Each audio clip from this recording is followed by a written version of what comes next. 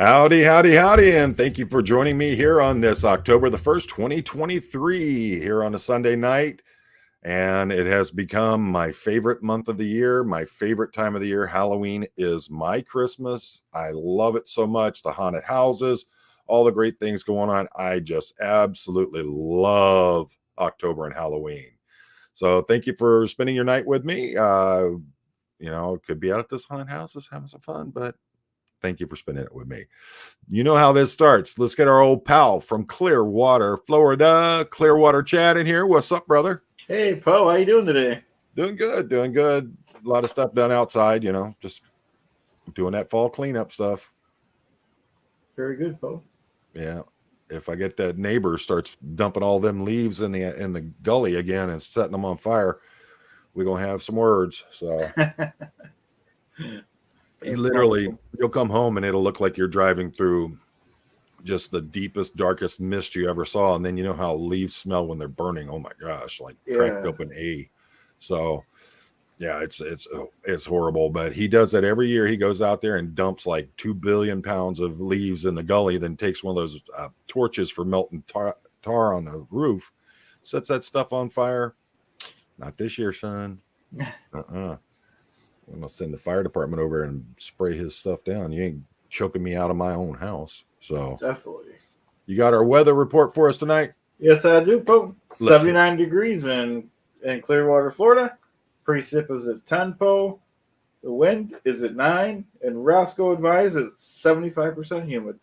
Dude, it's hot as fire here. So we had to turn the air back on. It was over 80 degrees in the house. Wow. So all righty. Well, Chad, we're going to send you on to the back there, and we're going to get ready to roll tonight.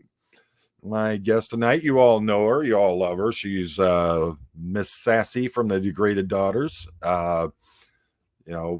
Second gen there. She's pretty much, like one of my adopted kids now. I keep picking up kids left and right. So, but yeah, she's a sweetheart. I think that she's doing a lot of great work. She's really putting it out there. And there's a lot of untold stuff. She's been putting up with a lot of stuff on the side that a lot of people don't know about. So without further ado, let's welcome Miss Vanessa LaRose. How we doing, darling? Hi, I'm good. Why are you trying to make me cry? Make you cry? Yeah, that was so sweet. I mean, you have been like really, truly an adopted father to quite a few of us in the short amount of time we've known you. You've just shown so much protection towards us that we're really touched. So thank you. And there's the other one. There's the other one. Liz Ferris calls me V-Boop or V-Boop. I love that. I loved Betty Boop as a kid, and she called it. Like, she just started calling me V-Boop. And I was like, wait, I love Betty Boop. Yeah, my sister-in-law is an absolute Betty Boop freak. She has everything as Betty Boop.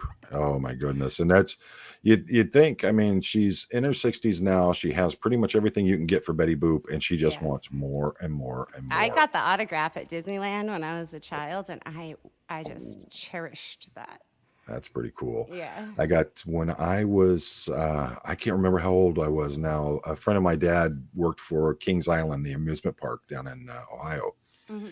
And the Evel Knievel jumped the fountains there. Well, this guy he did an air show every Saturday and Sunday for Kings Island.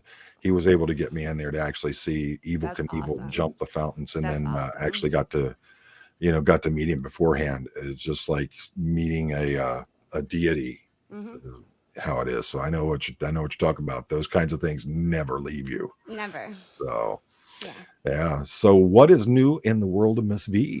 Oh my gosh, what isn't new? I feel like every day is 5 new things, but it's really exciting in a good way since we've decided to create this channel. So when we started Degraded Daughters of Dianetics, it was 5 months ago. Mm-hmm. And it feels like 5 years ago, the amount of things that have happened. But we take the good with the bad, and I feel like opening yourself up to being a public figure has been...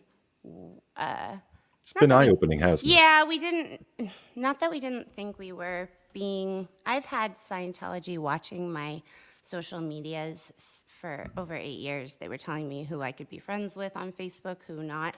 And I thought that I had a secure Facebook then. Like, so I'm very familiar with them being kind of in control of like the amount of talking I do in a way.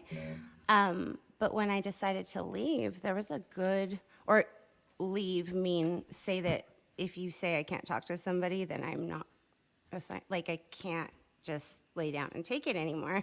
And if that means my parents can't talk to me anymore, then that's gonna be the final straw. So that was like a very long time before I decided to start YouTube. So doing the YouTube and opening ourselves up to just not only Scientology, but anybody on the internet, right? So we're doing it because we want to be healing out loud and be here with you guys, and we really enjoy the support. But it's been a wild ride for sure. And, you know, I've talked about it with Karen, and I talked about this a week ago.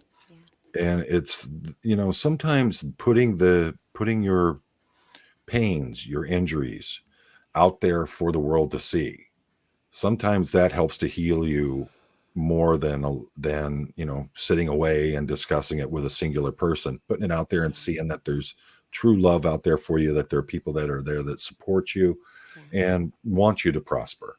I think that is so healing, and it's so I can't even come up with a word for it. It's actually You're this unbelievable for us. Yeah. That's the word You know, for us. and I saw it with when I did the first live stream with Aaron. And next thing you know, my channel went from 175 subscribers, and within a month's time, I'm over 2,000. Now we're climbing up. We're over 4,000 subscribers, and it's growing pretty much every day. Wow. And you know, I think I'm really thankful to folks like Aaron, because he's been out there. He helps. I heard when you were on the live stream with him not too long ago, he was talking about how people say that he doesn't respond to them. Yeah. And did you hear how hurt he was by that too? Like, he just really wants to be able to. You know, and the thing is that if I text him right now, I may not hear from him for a day or two, but he gets back to me. Yeah. And I think he does that for everyone. He's just so busy. And I think some people see that time delay of a day or two, and they're just like, well, he's just too good for me. No, he's busy. And the guy is breaking news every day on Scientology. For me, it's almost like I didn't understand that it wasn't personal until, with anybody about that kind of stuff, until I got to a point where like my days have been so busy that there have been emails I've seen that I have wanted to write back, and I have forgotten, or like I saw it or whatever, but it's now 5 days later and you're almost so overwhelmed with everything that's been happening. Aaron has done so much for like us in general as a community, just getting the message out and creating this environment of really cool genre of being able to have access to you guys and the people who are here tonight and like support for the first time ever. So I think that he does a lot, and I just wish that he didn't have to feel like he, like, I don't know, has to, you know, because when they were in this York, I wasn't in this York, but I still do have some of those kind of pressure cooker tendencies where I feel like I have to do everything right away. Right. And if you're like Aaron, you're always reporting these really awesome stories. Like, I don't even know how people would be offended that he's not getting back to them, because I'm almost like, there's only one of him. Like, there's only I know how busy I am, and I am not Aaron. So like, it's Chad and I were talking about it earlier. It's like there's not enough hours in the day. We have a courier service that we run. All the stuff I do around here, the laser stuff I do, and then on top of it, I'm trying to do these live streams as often as possible. I mean, they're just. I know it takes up a lot of time, huh? Just in general, like it's for me, it's quite a lovely activity to do, and I'm really digging it. And the more that we can get this out in this message and talk about it, I think the more you and I and other people will be able to be like, okay, cool, let's do this, and let's really keep it going, and then we'll have win after win, and we'll just, you know, but it's like quite an effort, right? I think the tide is actually turning. There's starting to be decisions going against the church and its civil matters that are going on. You got Leah with her lawsuit, which is international news. And then you got Danny Masterson, what happened with him. And now it seems like anyone associated with Scientology that is a celebrity is trying to distance themselves as much as possible after the, especially with the How so? revelation. How do you think that? Let me hear Um, it. I would love they're to hear. either going silent about it, or you're hearing people. I'm not a member. Kind I of may have like talked. distancing themselves from it, huh? Like Yeah, uh, Laura Prepon or she would be one, but Jason that was Lee. before the Danny thing came down. I think Is there uh, anyone new? Topher Grace is well. Oh, There was just I can't remember who it is now off the top of my head. There was just one the other day who had a like paparazzi or whatever they call them, yeah. Yeah. had approached them and said, "Hey, are you still in Scientology?" And they're like, "Oh, no, I wasn't in. I just knew people that were, and I hung out with people that were." Yeah. It's not cool. Yeah, I don't It think was that never happened. cool, but it's Yeah. really not cool now. Oh, yeah.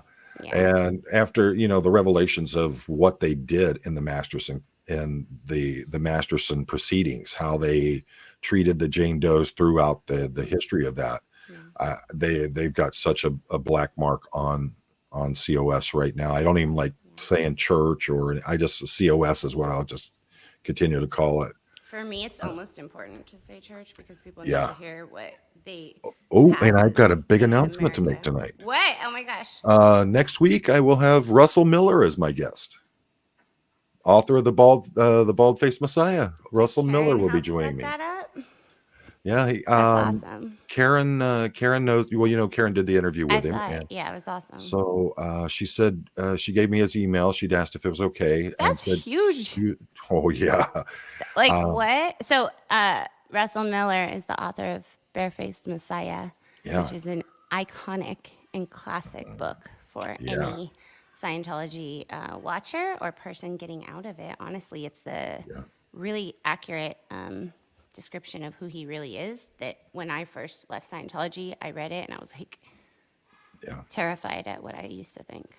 He, when he emailed me back, I sent him a long email telling him who I was and explaining why I thought it was important, because we got to keep the voice going. Russell's in his 80s, and we want to make sure that his voice is strong even after he's left us, that his voice continues on. And that's what I explained in my email. And he responded, he says, "I don't generally like doing interviews because of what they've done to him in the past." He said, "But I can't refuse this one." And I'm just like, yeah. So, oh, we lost you. You went, you muted yourself. So sorry. There I you had go. dogs barking in the background. I was trying to spare everybody's ears. Did you offer it as a live format, or did you? Yeah. Okay, Yeah, so we're going maybe live. that also is helpful these days with the whole. Everybody understands that we're doing it live and that you can chop and screw anything, right? But if you do it live, it's in context. It's not something somebody can edit. Yeah, it'd be a little bit harder for them to really mess with it, because once you do it live and put it out there that way, they can say what they want, twist things any way they want to, but the fact is the original is going to be there for everyone to see. And there's witnesses. So, hopefully there's going to be, because he's an amazing man. He's a great author. He's put up with unbelievable things in his life, all because he exposed the lies of one of the biggest liars of all time. And so having him come on here, I truly want a good audience to hear what he's got to say. It really shocks me that people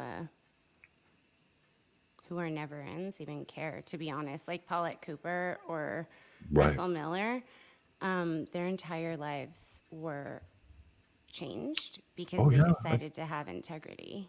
You've got you got Paulette, who had the neighbor who befriended her, who was undercover for the COS, and tried to get her to commit suicide.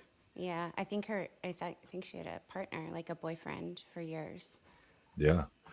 Well, I think that once we get Russell's story out there and let people know what has happened to him, I think that it's going to shock a lot of people how far they went to try to silence this guy. So, and then the Sunday after that, in 2 weeks, Mark Bunker's joining me. So, cool! That's awesome. Yeah, I'm really happy. Wise Beard Man. What's that? Wise Beard Man. Yep. That's what they call him, Wise Beard Man.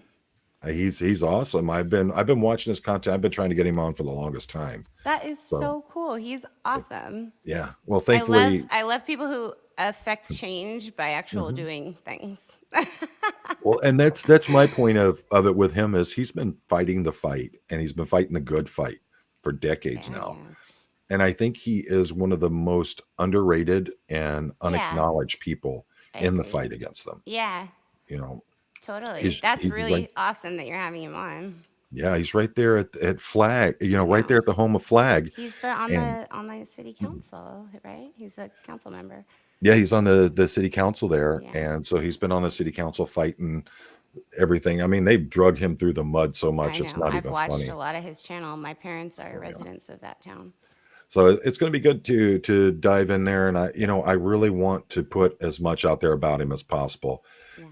He's running for re-election, and I want to make sure that Oh, he is. we present the true Mark Bunker that you're not going to hear from something like a standing league or something like that. Yeah. They who are going to put their lies out about him. But I wanted to just put it out there so that everybody sees the true him and what he's done for that city and what he's done for everyone else in his fight against this cult. So Yeah, he's awesome. And oh yeah, thank you, Mark Bunker, for oh yeah, honestly your fight, because people who do things like politics and who it's one thing to sit on the computer and, oh yeah, it's awesome to have people witness it. It truly is. It's oh awesome. yeah, But the people who then run for office, the people who lose their jobs and are willing to take their fair game, yeah, who will literally be like, DGAF call me. Those are yeah. the people we've never had before, and they definitely deserve a big thank you. Yeah. And that's another thing is he deserves a lot of respect and thanks for the fight he's put up with, and no one's even seen it. So Yeah, I mean he's a lot.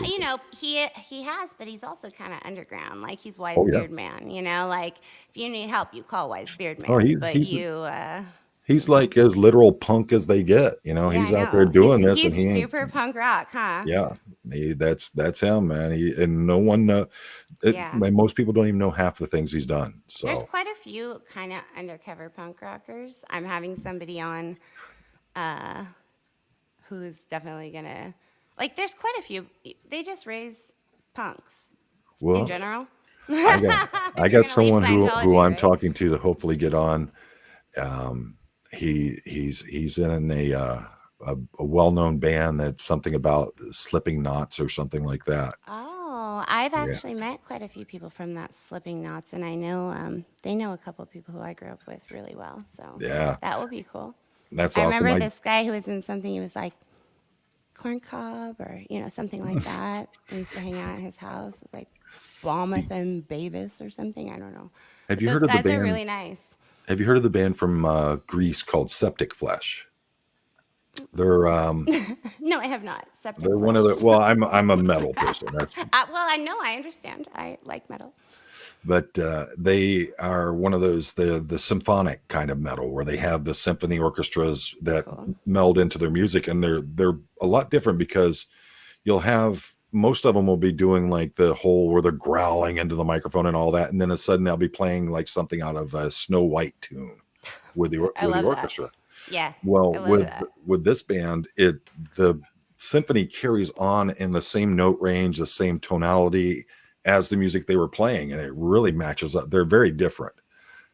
I got to speak with one of their guitarists and do an interview with him, which I'll be putting out pretty soon.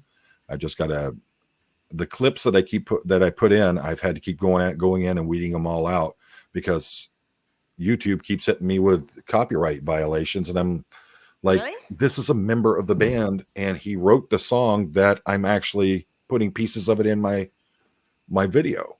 And they're like, well, we still got a copyright violation on it. So I've I'm like, texted my friends before, and I'm like, "Is there something you can do here?"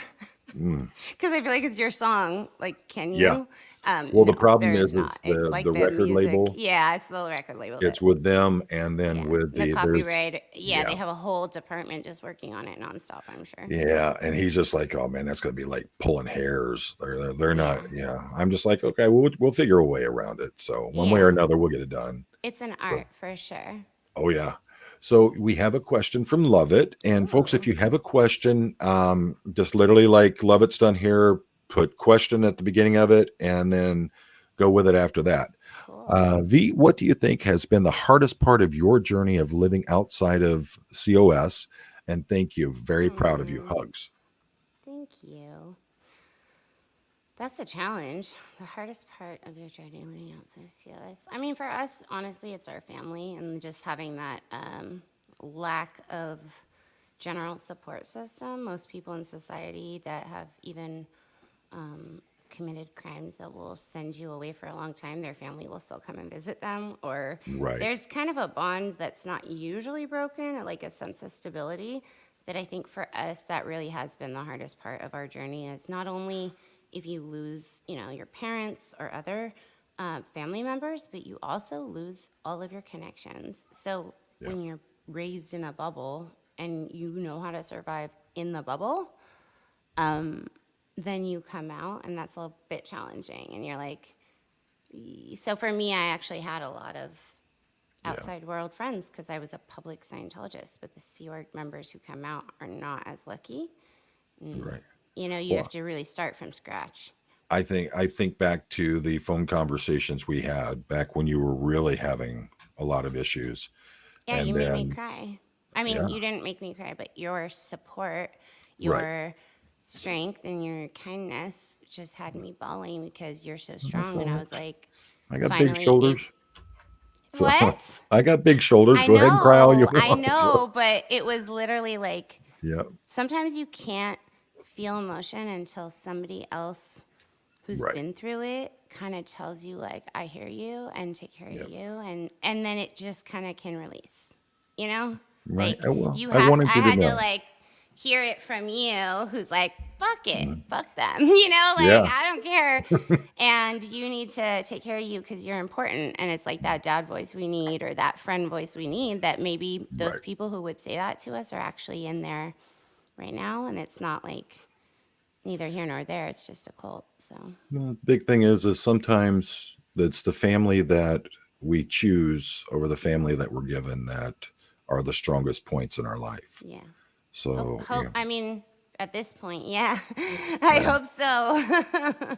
Yeah, I mean it's I have a niece that's adopted, and we don't even acknowledge that fact. She's family, and that's who she is, and that's how she's been raised. She and I talk more than any of my nieces or nephews. It's just it's fantastic. But I could But imagine how she feels because you're the same way with us. You like literally, it's not even a question. It's like there wasn't like a conversation. It's just like, right. Well, I'm the crazy uncle. So what do you expect? I'm the uncle who, we need it. Honestly, we oh my just need it. gosh. So thank you. Yeah. Let's see. And, but continue on with that, after those conversations with you, and then, Liz, getting to know Liz, speaking to her and what's going on in her life. I mean, how can I say no? I mean, it's, You weren't gonna. we're You literally were like so committed when I talked to. I was like, who is this guy? Like, why would he care? But I got it that you really don't like injustice and people being taken advantage of. God And has like, given me a good life. And you and I have talked about it. I think that every breath that I take is a gift from God.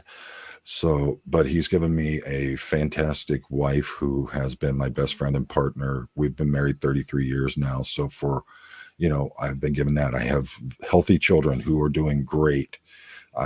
Was able to put a roof over their head, food in their belly, and hopefully guide them properly to become good, strong adults. they sound incredible from what I've heard. When my children were born, I didn't touch a drop of alcohol for over 20 years.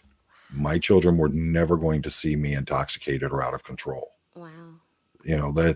And it wasn't a matter of, I got the man pride. No, if I'm going to raise solid, strong people, they have to realize that sometimes you have to give up things in your life for the betterment of your family.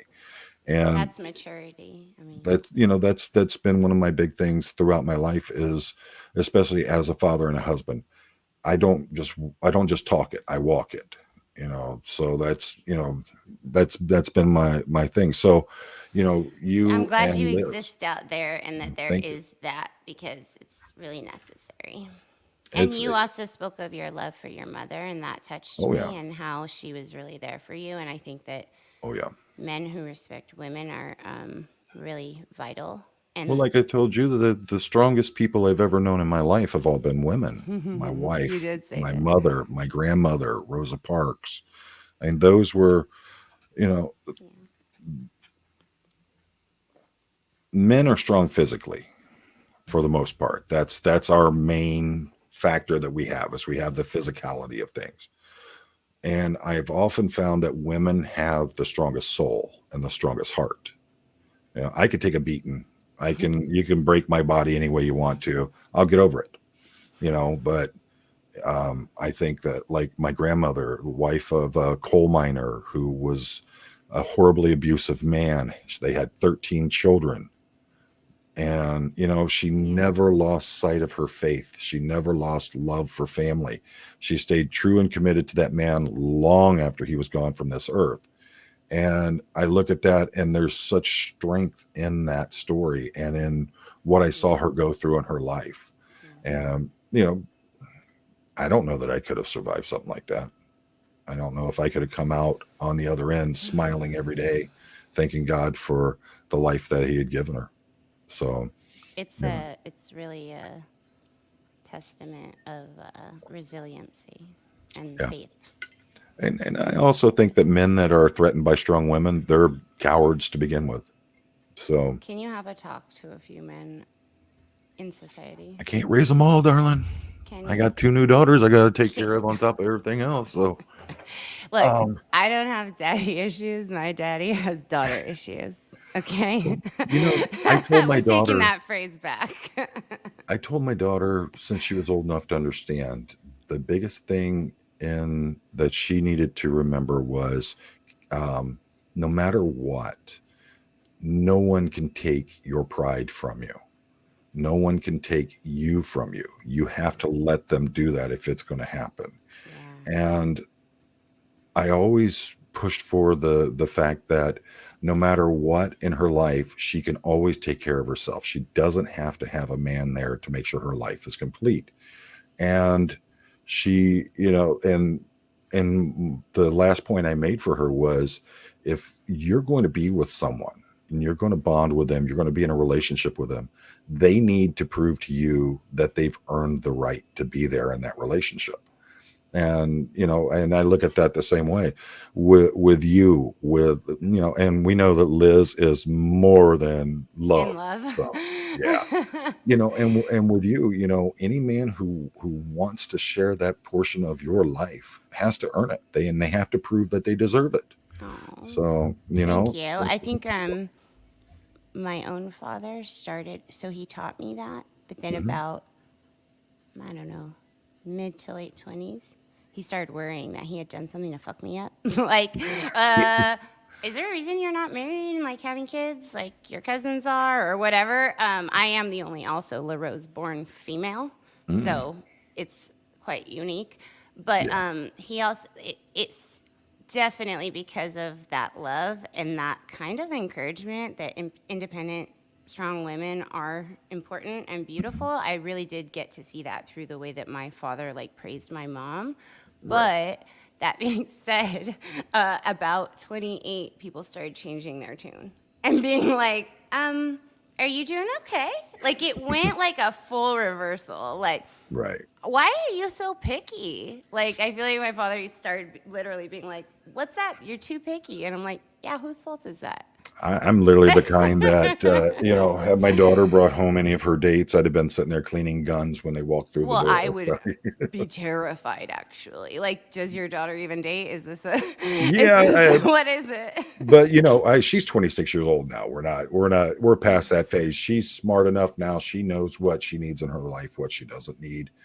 Yeah. And that's the great thing. But I'm talking about back when she would have been a teenager. Oh, yeah, we'd have had a nice long talk, me and whoever she brought home. How did it go when she was a teenager? Did she do that? She basically, she lived her life. That's how she was. She, she was very heavily involved in the band, and then she does a lot with anime manga kind of stuff. She's a wonderful digital artist, and she now has a VTube channel, and literally people pay to watch her play video games. And she has a 3D animated character that is motion tracked by a camera. So every time she moves, opens her mouth, does whatever, the 3D character does it too. So, Cool. and she's doing really Like good at it. that site Twitch, kind of?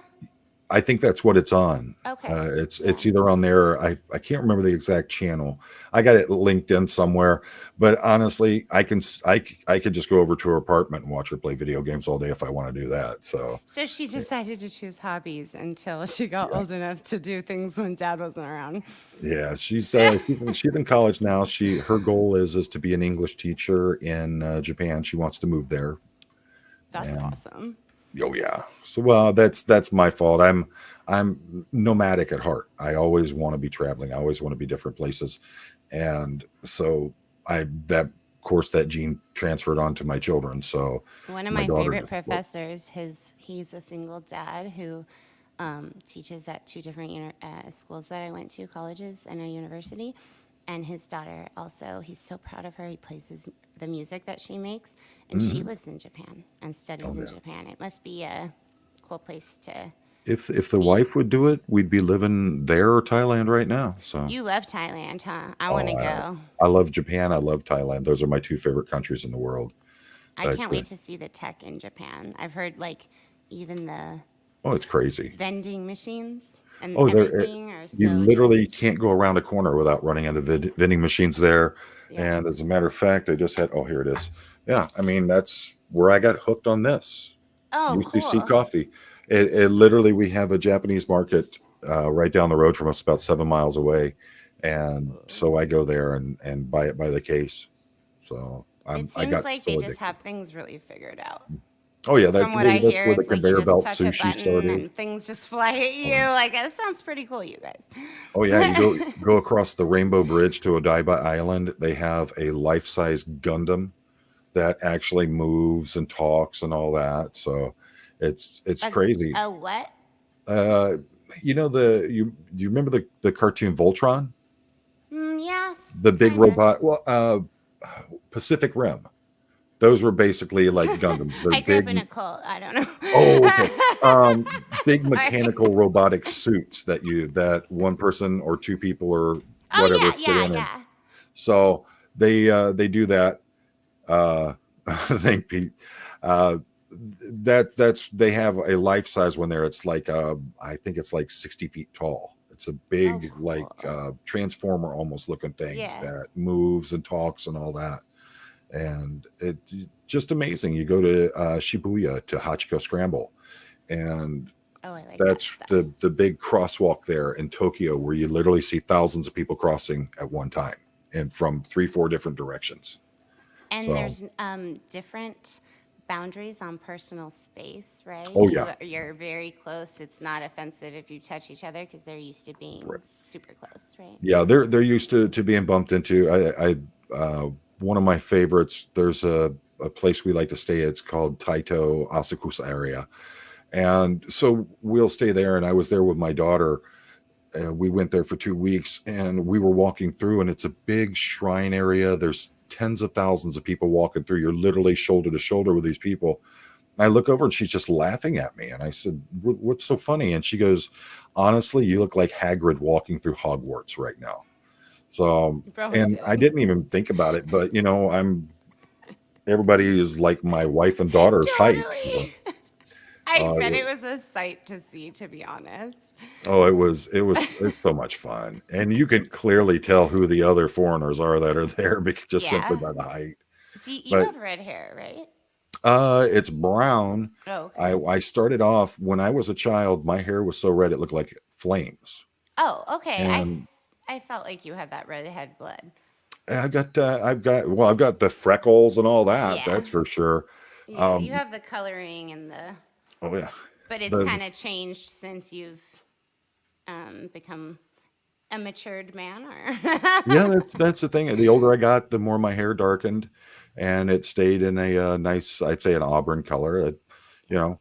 it's what I got. I'm not going to argue with it. So, but yeah, when I was a kid, I was just a straight up ginge all the way, you know. I bet. But you were probably even funnier walking through like a Thailand or or Japan, where something everybody's like so that. You're tan just and, you know, so unique looking. yeah, put a picture of the sun up against me, I'll burn. That's how I have no pigment in my skin except for freckles. So, Yeah. you know, but yeah, walking through Thailand, you can really tell because everybody there is real nice and they have this nice dark bronze tan and everything. And then here I am literally reflecting sunlight off of my whiteness. So it's, you know, it's just how it is. Yeah. But sure. yeah, I love it. I mean, when you look at the two cities, Tokyo and Bangkok, they're very similar in the way that they're constructed and the way that their transportation moves, their public transportation lines and all that. Everything really has a very familiar feel between the two of them. It's just the language that's spoken and written. And then of course in Bangkok, they have a lot more of the street food vendors than you'll see in Japan. But I mean, well, Thai massage is very incredible too. I don't know if Japanese massage is exactly the same, but oh man, Thai the massage Thai. is quite the art. Yeah. Well, it's funny. My friend who lives there, he's married to a Thai woman. He's lived there for about 12 years now. We were talking, and he goes, "Did you get a massage yet?" And I go, "You know, I'm kind of leery of the massages because of the things I hear about that happen afterwards." And I said, "I don't want to go to one of those places, and I don't know enough about this area, to find out." And he said, "Well, we'll just have my wife set it up for you." Yeah. And I said, "Well, I don't want the back massage. I've had too many injuries to my back and everything." So I said, "What I want is a foot massage." And he goes, "Okay." I said, you know, I said, "If you can, find me an old auntie to do it." And no, no, Joe, I don't wear those. My Lord. You'd think I was from the 1920s, Joe. I ain't wearing no Speedos. No. He asked if I was wearing Speedos to the beach in Thailand. No, it's bad enough I got to show off these ice cream I legs. can raise the massage thing. So at the K Spa, have you ever been to a Korean spa? Yeah, many years ago. But yeah, I've been to them. I'm obsessed with the Korean spa bathhouse culture, and they have Korean spas all over Los Angeles. Have you ever done the thing where you put your feet in the water with the fish and everything? No, but I've done something where you sit on a pot and steam your insides. It's like it's a Korean, like, I don't know. They have all these interesting things. They don't do that here. I think it's illegal. Now they do the heated bowls that they put on your back, or heated glasses. Yeah. Oh, yeah, I've done that. But no, what's trippy about the Korean spa that's so unique about that culture is every time you go, you can do services. So you go in the hot room, you go in the dry sauna, and they're segregated by sex, and then they have joint rooms. That's like the Japanese massages then. Oh, it is? So the craziest part, though, is that when you're in the segregated bathrooms, and it's kind of like a family thing, like mothers take their daughters and they just spend the day. That's what Laura and I spent the day doing, just pampering ourselves. And I got a scrub. I get a scrub, you know, maybe once every 6 months. It's really good to have somebody actual scrub your body with like a thing. Get this. You know what their uniform is? Because you're in those rooms, you're naked. Like, that's it. You don't have a thing on it. They don't have a thing on it. But every time at every Korean spa I've ever been to, these women, what they wear when they're massaging and scrubbing you is black lingerie. And it's so bizarre, but they wear, because they're in the steam room and they're like throwing water on you and you're naked and you're on plastic tables and things. So it kind of makes sense that they would be in a bathing suit, but not a black lacy bra and panties. But that's the uniform. Yeah, I'd be bailing. That was another problem I had was, you know, getting the massage. You pretty much have to get naked and just put a towel over you. And I'm, you know, I got a problem with, I don't like being touched by most people. You know, I can handle going through Japan and all that, but I'm very big on personal space. Yeah. And so I don't want another, and you can't find men who do it over there. It's all women who do the massages. I don't want another woman touching me like that. So Yeah. for me, that's why the foot massage was the way I wanted to go. And I wanted, they call them aunties, and those are the women in their 50s and 60s. I didn't want, I was like, find me an old auntie That's so that'll do sweet, it. though. Most Yeah. guys would be like, "Find me the hottest." Like, And not his, most, but yeah. some of them. Well, and literally his wife is going up to the people at the doors of the place, and she's like, no jerky massage. He wants a real foot massage. He doesn't want anything else. And then she's like, I found it for you. This is where you're going. And yeah, they took good care of me. Well, what's wild is that these places are all over LA, and obviously they do undercover stings and whatever. But Yeah. I have been going to, $25 foot massage, $40 foot massage, whatever has a sign or a special that day, Wow. all around LA for, I don't know, since I've started having aching shoulders at like 18. I've never heard anything. I know that it happens, obviously, but I Right, think yeah. you really have to solicit it. Like, it's not like they're just like, Yeah, all right. I think they know They're who they doing real can and stuff can't do that too. with. Yeah, Yeah. exactly. And in Thailand, when you're in the cities, there'll be like 20 or 30 of these massage parlors next door to each other. Oh, It's wow. literally up and down the street. A foot massage. I mean, I literally fell asleep during it because it was just my feet felt like baby feet for 2 days after. It was awesome, and it cost me less than $5. I mean, that's Yeah, the awesome because thing the about money it here. goes really far in Thailand, huh? If I try to get one of a massage like that here, it'd probably be $50. They'd probably try to call it a medical massage or something, just because At all I want is the least. feet. Yeah. Let's see, Freezinu. What is the fish with the feet thing? I don't understand. Do you know what that is? Yeah, they take little suckers and put them on your feet, and they eat off the dead skin. Yep. They Yeah, clean your it's like feet up. bloodletting. It's leeches. Yeah, it's yeah, right along the same lines, or like if you're going to get like a what do they call that, where they scrub the feet with the hard stone and all that to, Pumice stone or whatever. Yeah, yeah. but it's an exfoliating treatment, but it's Mhm. actually like, wow, they eat all the dead skin off. It looks Oh yeah. really disgusting if you watch the tourist And you videos. have to be very careful because the places I go, I'll only do it in Japan, and I go to certified places for doing it. Oh, you've They done were it? Oh yeah, yeah. Every time I go to Japan, I'll get it done. My feet feel brand new for a week. We all shed skin throughout our life, I know, and but doesn't that yeah, feel like a little claustrophobic having all those little things on your you feet? put your feet in some nice cool water. You don't even hardly feel them. Mm. You're just sitting there relaxing. You got your headphones on or whatever, and you sit there for about 30 minutes or so, and literally get up, and your feet are just like tingling. They feel so nice and new. So That sounds awesome, but I don't think they do it in America. I think it's illegal here because they're I don't leeches. know. I know You're that not one of the allowed to problems. do like bloodletting.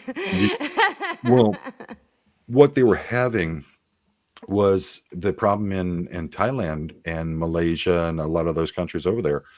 They weren't properly filtering the water, and people were ending up getting sick from the bacteria that was in the water.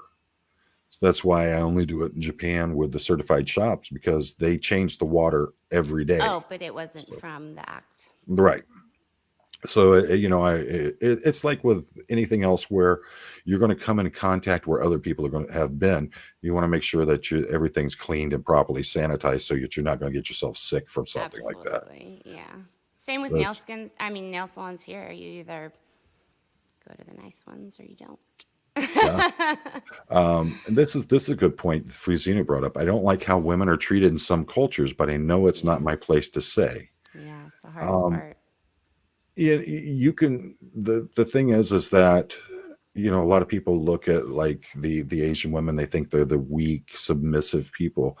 But I see with all of them, all the people that I know that are from Asia and Southeast Asia, it may seem like that on the surface, but their women are very strong. And in most of those countries, the women actually run the house.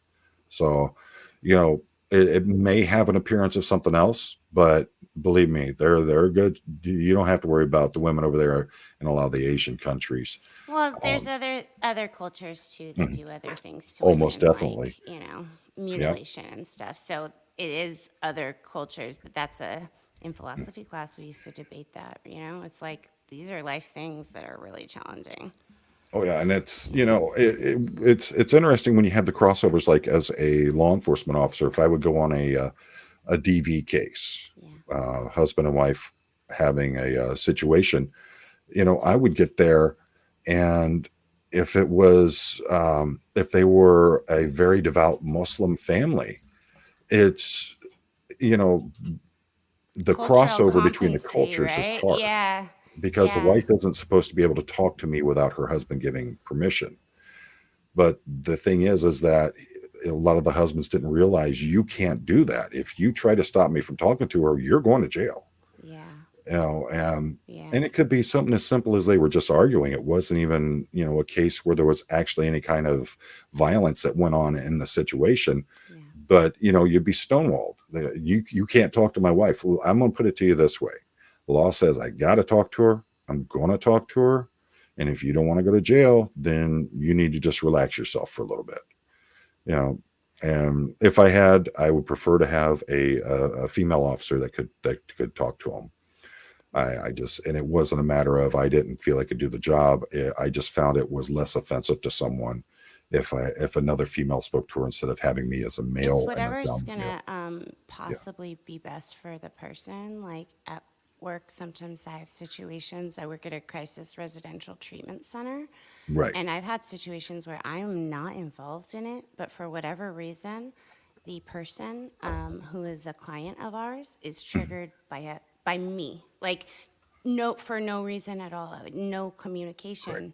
just that they want to put their anger at me. And so instead of taking it and fighting back or anything, I just remove myself from the situation. Right. I'm like, what is Yeah. going to be, best for this person to not be angry, right? Have a good one, Tough Chick. She's going to jump off. She's got. Oh, good. Liz's internet is fixed. She's been very stressed about that because her internet has been in and out, and it's hard to do this stuff with not great internet. Yeah, she was freezing up quite a bit in a lot of the lives Yeah. that she was doing. I know, and she was feeling bad about it, so I'm just glad that they got that fixed. That's good. And I saw like the one that a couple days ago, there were 3 of you, and she literally had to leave the live stream because she couldn't. No, there were 4 of you. There was the there one were young 4 lady. of us, and it was awesome. It was with Christy, Gordon, and Miriam Francis, and me and Liz. Yeah, she had to leave because I had told her if you're freezing too much, sometimes it just gets distracting for the speakers and the listeners. So we'll just like close out. I feel like as someone who watches YouTube, that's probably the way to go if our internet's not working right. Yeah, and believe me, I literally on a couple of occasions had to go rent a hotel room just so I could have Wi-Fi to do a live stream. Oh my gosh, yeah, I get that. Yeah, You're like, I can't sit at Starbucks and live stream. Oh yeah, and Yeah. I did that when I was in Tokyo. When I did my live stream from Tokyo, I had to do it in the cafe of the hotel I was staying in. Yeah. That was the only place I already checked out for the day. They were nice enough to let me stay in there and do the live stream. And it was the only place I could get the internet connection to actually do it. So that's the one where I'd just been kicked out of the Ideal Org Tokyo. You went there? Yeah. To the grand opening or just to the Ideal Org? Just to the org. It was I think this was back in March or April. And Of this year? Mm-hmm. Oh wow. I was doing some lives from Malaysia. I was actually in Malaysia for a couple of months there. And I had said that I was going to be doing a special live stream from a secret location. Well, I had a 30-hour layover in Tokyo. So I said, you know what, let's go and see if we can do a live stream from the org itself. And got there, got my mask on and all that. They can't see my face. We're talking. You're a wild man. What are they going to do? I mean, I agree, but yeah, not most people would do that. Yeah. Oh yeah. And Nasty Nathaniel was actually. Hi, Nasty Nathaniel. You're a legend too. I see you in the chat. Yeah. Thank you for everything you've done. You're hardcore. Oh yeah. And Nasty, get hold of me this week so we can do another one. But the last time we did a live together, he was doing it from a Starbucks. That was the closest place he could get to get the signal out. Hey, gotta do what you gotta do when you're battling Scientology every day. But I showed up there and I'm talking. This lady was wonderful. She was just this really nice person and everything. And she says something to the man to her right, who's down the counter a little bit. And she turns around, she tells me I have to take off my face mask because it's a cloth one and put on one of the N95s that they gave out for free. Mm-hmm. So, and I was surprised they were giving out face masks. I thought I was going to have to pay for it. But I take Especially my mask. N95s. What's that? Especially the N95s. Those aren't like cheap ones. I take off my mask and she sees my face, and then suddenly it's just like, and she turns to the guy down the counter from her, and she says something to him. He turns, he looks at me, he gives me the same look, and he's like this. And there was someone behind him that was on a computer. They talk to him. He looks up and he's like, does this, and that means no entry. She comes back up and tries to give me some garbage about I hadn't been in the country long enough to be cleared to enter the org and all that. And I'm like, how do you know how long I've been in the country? That was the thing. And I got out of there. I did my live stream and I called Aaron Smith Levin up and I said, hey, I told him what happened. He goes, oh yeah, they probably got an email with your picture telling them what was going on. Because, I live streamed from Malaysia, and there's only so many places I could go from there. They check flights for SPs and stuff. We have a full crowd. We have awesome people in here tonight. Thank you guys all for coming by. Seriously, we have Freezy New Project, who's like been there for everything and just really inspiring us with the sharing of personal stories and stuff. Denver, we love you. Yeah. Your stream the other day, whoa, you know what I'm talking about, and I will let everybody go watch it, but you're really, really strong, dude, and we love you so much. And Goldie, I wanted to say that you're an angel, you're literally an angel sent from heaven because you care about us so much that you do things like buy Wi-Fi when you're on a plane so that you can help moderate. And then you tell us, hey, I'm not going to be here this hour because you are so sweet and you want to protect us. So thank you. And I see Tommy from the lifeboat. We have everybody Oh, that's Tommy? Yeah, he's in there. Oh, wow. Hey, Tom. Everybody's in here. Nasty Nathaniel, Liz Ferris. I just am so happy. Witness. There's so much support in here from people we really know and respect. So thank you for stopping by. It's a great family. And there's someone named Liz that's in there. I don't know who she is. So. I don't know. Ferris or something like that? Yeah, a Ferris or something. Yeah. We might think, I don't know, she likes comic books, maybe like Pokemon. Yeah. Yeah, I saw something like that. Yeah, so... Yeah, I mean, there are folks I haven't seen before, and there's a lot of great friends like my buddy Joe Pinto, Your Mojo, came in here. He puts up these great inspirational and calming, soothing videos that are really good. Shares a lot of personal life experience, and he's an awesome guy. Has a great story that he puts out there, and it's amazing how bears his soul for everyone to see to help others heal. And it's beautiful. Oh, Witness is here and Hada's here. Oh my gosh, Jensel. Oh my gosh, this is VIP tonight, you guys. I know everybody in the chat. This is really, really, really fun. Care for JCYT. Hey, you guys are awesome. This is great. We have the standard crowd that we're seeing on everybody's channel. Yeah. It's nice to see everybody coming back and congregating together here too. So, and there's folks I haven't seen before. Apparently, I was strong or something. Ah, there you go. You're popular. Go back to that text. Lady BB. Go back to that text I sent you, Denver. Reread it. Oh, okay. That was a message for him. I sent him a personal text, and he was like, what are you trying to make me tear up over here? So, yeah, that's what you need to do, Denver. Go back and read it, and then remember that you're strong as hell. There you go. Yeah, it's, talking about Goldie and everything that she does, it's amazing. If I come on and I go on a live and Goldie's not in there within the first 5 minutes, I'm starting to worry, is something wrong with Goldie? Me too. So, I'm like, should we check in on Goldie? Where's she at? She has her hands full. I think we need to get Tommy on here, don't you? What? I think we need to get Tommy for a live stream here on the channel. That would be super fun. Yeah. On yours, on mine, on all of them. We can do them all together. It don't matter. Let's do it. Yeah. It's really, really fun watching the similarities, because even you just said you were sober for 20 years when you're Oh, or I 18. wasn't sober. I was never much of a drinker to begin with, but I didn't touch it because I never wanted my children to see me out of control. So that was just a personal choice I made to not touch it or be around it. I So think anybody who has children who might have addictive genes is literally, if they've been following this SPTV community or anything, man, the parallels yeah. are similar, you know?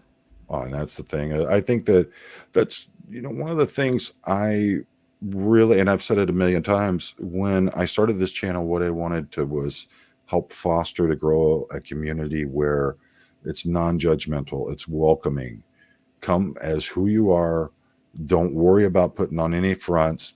Be yourself. And it's not a matter of we're here to judge you. We're here to support you. So You just have to try it to believe it.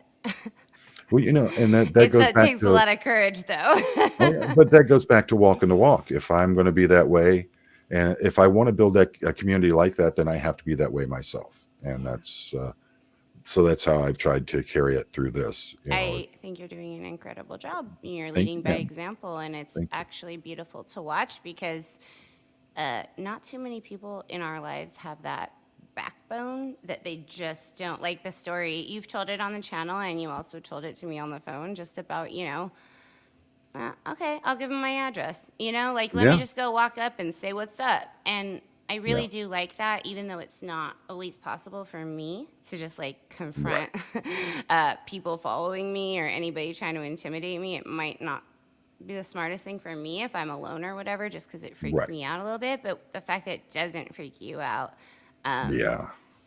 you know, I've literally been in situations where the wrong breath could have ended up killing me.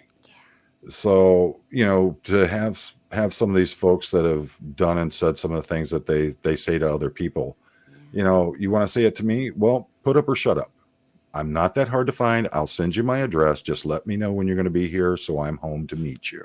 But that's the attitude I've never, like, I don't know anybody like that. Like, I mean, I do now since joining this community. There's quite a few of you all. It's quite beautiful, actually, to see all these, like, incredible, resilient people come together. Yeah, I don't consider it a matter of punking somebody out or doing something like that. No. I look at it as a matter of, if you're going to make a statement like these people have made to you and other people, you're going to make that to me. Yeah. Then live up to it. Put your money where your mouth is. Put up or shut up. And if you don't show up, then we know what you are. So you're smart. You told me some stuff about 3 months ago that was accurate. You're a good people profiler, and criminals. Yeah, I read people well. Scam artists. Yeah, and I know the people who are the fake thugs that want to be, I'm all familyed up, and I'm a, the people who really do that stuff, they don't announce it. Yeah. That's one of the first things. It's always the one who wants to talk, and they want to make everybody think that they're this big tough person. They're generally nothing near what they want to be. That's literally what you had said, and I was like, "Are you sure? This seems like wild. Like these are, these people say these crazy things, and this sounds like terrifying." And you were like, "Nah, dog. I know real, real terrifying people. This is a talking box kind of thing, Oh, and Hada's got a question for you here. V-Boot, can you talk about the Eat Predators and Where's Shelley protest? I've been watching that too. So I tend to get into these chats on other channels, and everybody wants to talk. And so I've been trying to stay quiet when I get into them nowadays, because I want the focus to be on the channel and what's going on there, instead of trying to run 3 different conversations in chat. So, but I've been watching you guys, and it's crazy to see someone just openly keep doing it, like's been going on with her out there in front of the Scientology org, and just no fear whatsoever. 20 years ago, you wouldn't have seen that. Laura? Yeah, Out- Laura FM. Well, actually, 20 years ago, I did see that, and it was terrifying for me from the other side. Was it? Well, Yeah, now was to that see the people anonymous walking. thing? I was actually instructed to stay home. We knew the anonymous thing was happening in the day. We knew that the Church of Scientology was going to be under attack, and that we needed to secure ourselves. Yeah, under such attack. Secure yourselves. Yeah. I don't know how we knew that, but we did get a definite heads up. But there's so much to say about that protest day because it's that street I was raised on, and I was there the day it was christened L. Ron Hubbard Way, and I had, I saw someone that day that we pretended to almost not know each other so that it would be easier for everybody, and that's the kind of shit that you can't quite explain because you don't want anybody to get in trouble when they're in a jail like that, right? And you kind of, oh, of course, that happens every time. Yeah. You know what? I'm calling Jeffrey right now. Jeffrey. I was like, who's calling me? And I looked down and I go, oh, okay. She's actually the sweetest. It's just wild that people. She's a doll. I love Karen to death. She's so sweet. I've seen her actual fostering, feeding baby birds. Oh wow. Everybody is their own person, and we don't expect anybody to be anything other than human beings. But I have seen her be super kind and. Oh yeah. Hey. She's amazing, and her story and what she's gone through. I was talking to Chad earlier. I've had to ban over 43 people because of people who were attacking her. Damn. And we know that 2 different areas. This has been going on a long time, though, Poe. I mean, I've been watching them. Probably missed the call from Aaron Smith-Levin also. What? No, I didn't. Is there something going on that we're missing right now? Is there? Yeah, Chad, what's going on? Yeah, Chad, what's going on? You guys tell us what's going on. Let us know. I don't think I missed any calls, so we're good. Maybe you're just really popular tonight, Poe. Okay. No, Karen just wanted to chat real quick. So Karen. All right, Chad, you had me thinking there was news. Yeah, did something wild go down? I think we would know. There would be some calls coming through. Oh, okay. He was just joking. I was like, oh man, what are we missing out on now? Because we're not, I'm not tied in with a lot of the news lines. I get it all just like everybody else does when it's played live. So, I was like, oh man, is there something You're going kind on? of lucky with that one. Feel good about yourself now? I'm in trouble. That was funny, pranking from backstage. Yep. I saw you sitting there. I said, I'm going to throw him up there and put him out on Front Street. Hey, guess what? Throw him up on Front Street. How you doing, Chad? Good. How you doing, Vanessa? Good to see you. Good. Pleasure to see you. Let's see. Yeah, I'm just looking at the chats and everything. All right, Chad, go back to your corner. All right, I'll be standing by. Bye, Chad. He has been. I thought he actually lived in Clearwater the first time I saw him on. I was like, hey, 33755. And he was like, what? And I was like, that's the zip code for Clearwater? Well, to this day, I still have people will message me or email me thinking that he's Osa. Yeah. And he actually, he was doing the whole Clearwater Chad thing exclusively. He had to stop doing it because so many people thought he was actually representing COS. What? And it was crazy. Really? Yeah. Yeah. That's why he started breaking it up, doing the videos with his son, the live streams from the waterfalls and the parks and all that. Oh, I haven't seen a video with his son. I got to watch that. Yeah. Little Chaz, man. He's got, hey, wait a minute, Chad, I didn't see all of your stuffies up there either. Mm-hmm. John's going to be upset. We've got, hold on. Where are they? They're all in the back. There's too many. They were all on the table. I couldn't even put my hands on the table. He literally looked like he had a podium made of plushies.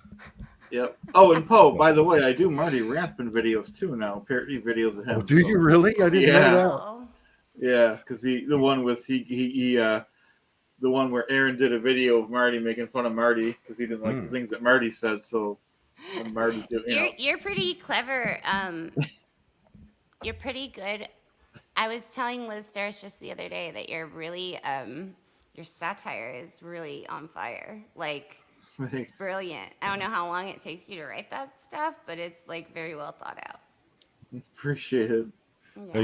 Do you come with that off the cuff, or do you plan it out good with a script? question. Yeah. I usually like kind of like if I'm daydreaming, I'll just go to a scribble it down. Yeah. Real quick before I forget it, and then. Is that what you're kind of scribbling? Like if you have a thought, like that's cool. That's smart to just keep it. Okay, Freezino, I'll get that up there in a little bit. But yeah, it's and that's why I love doing the lives, is because we can script things out, do bullet points or whatever. It's like Karen and I, we had a set, I don't know what you call it, set series of like points. Yeah. But we didn't even get halfway through that. There was just so much, and I when it's live, you get such a real feeling and a real vibe out of it as compared to canned material. Better. So I think it's way better. It's real. Yeah. Freezino says, did you hear what Laura said about you, where you were empowered by Laura during the protest and needed her energy? I don't know if you helped her and gave her strength as well. Thank you. So yeah, I did see that comment, and actually what she had said, well, I mean, the part that she sent me, she told me, hey, watch this. I talked about what happened at the protest. Right. What she had said to me was that what she said on the video was that it's noticeable that I show up physically for her, and Serge Delmar agreed that there's a difference between people knowing kind of what you need in the moment. And she was actually discussing, like, I had brought her this icy cold passion iced tea because I had known she had been there since noon, and I had been working, and it was about 1:15. It was a really hot day. I was like, I'm going to go get her a drink before I go by because it's going to be cold. And I know that she doesn't drink coffee, so I'm going to get her a herbal or a tropical tea. But I think it's those little things when somebody actually cares about what you like that we didn't really have, right? Like people everything is the same. So when you show up for someone, you're like, hey, here's a physical need. Like you might be hot out here. And I honestly didn't go for myself. Like I didn't want to be there. It's kind of like uncomfortable for me because we all have our different things. And it ended up being awesome. And I stayed for a whole hour. And we empowered each other. Huh? I was going to say earlier, you were talking about your history growing up, the fears and everything right there in that building on that street. Yeah. And I wanted to say, and look where you were. You were right out there in front of the place protesting. I mean, what I found really interesting too? What's is that you're absolutely right, because we were just talking about that.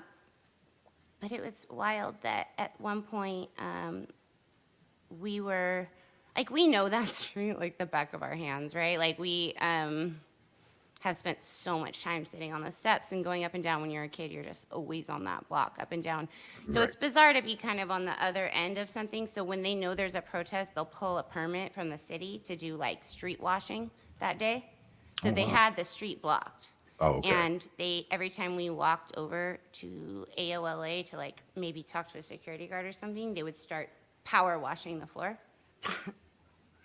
And Lara was like up in their face, like, what? And I was like, Lara, don't let them get your dress wet. Don't let them win. Yeah. And like, I get it because they just want to keep the SPs off the street. But it was really interesting and almost hurtful to see that they were most interested, all the security guards on the bikes, which in Scientology, security guard is very high job. You are guarding everybody. You are guarding the tech. You are keeping that crazy SPs from coming in and like disturbing things. You're really like important. So when we were there, I really could tell that the security guards were paying attention to specifically me and Lara, the only SPs there. Oh, yeah. And what was fascinating was that at one point, the whole protest left. And me and Lara We're by ourselves with like 5. Yeah. They were just doing a block. Like they just wanted to And do a block. you guys were just so dangerous. I You mean, know, we're really freaking dangerous. And so they had to keep all these security guards on us. And it's just ironic that I don't understand, because the people who are watching us and stuff, I don't think that they think we're scary. And right. that's the point. That's why we're showing it. Maybe Lara can be a little scary because she is awesome and she can literally be herself and be like, Oh, I "Fuck love the it." fact she's using actual tech against them, a loud, You have to, noisy kinda. public thing, you know. So Yeah. I think In the that's golden awesome. rod. It was just such a cool, Yes. like, yeah, we were just like so loving our goldenrod outfits, but it really pushes their buttons. And I do remember being on the other side, and like I said, seeing the protesters and being actual terrified, like being at the Shrine Auditorium and seeing signs that said like Lisa McPherson with her face. It was so scary. Oh wow.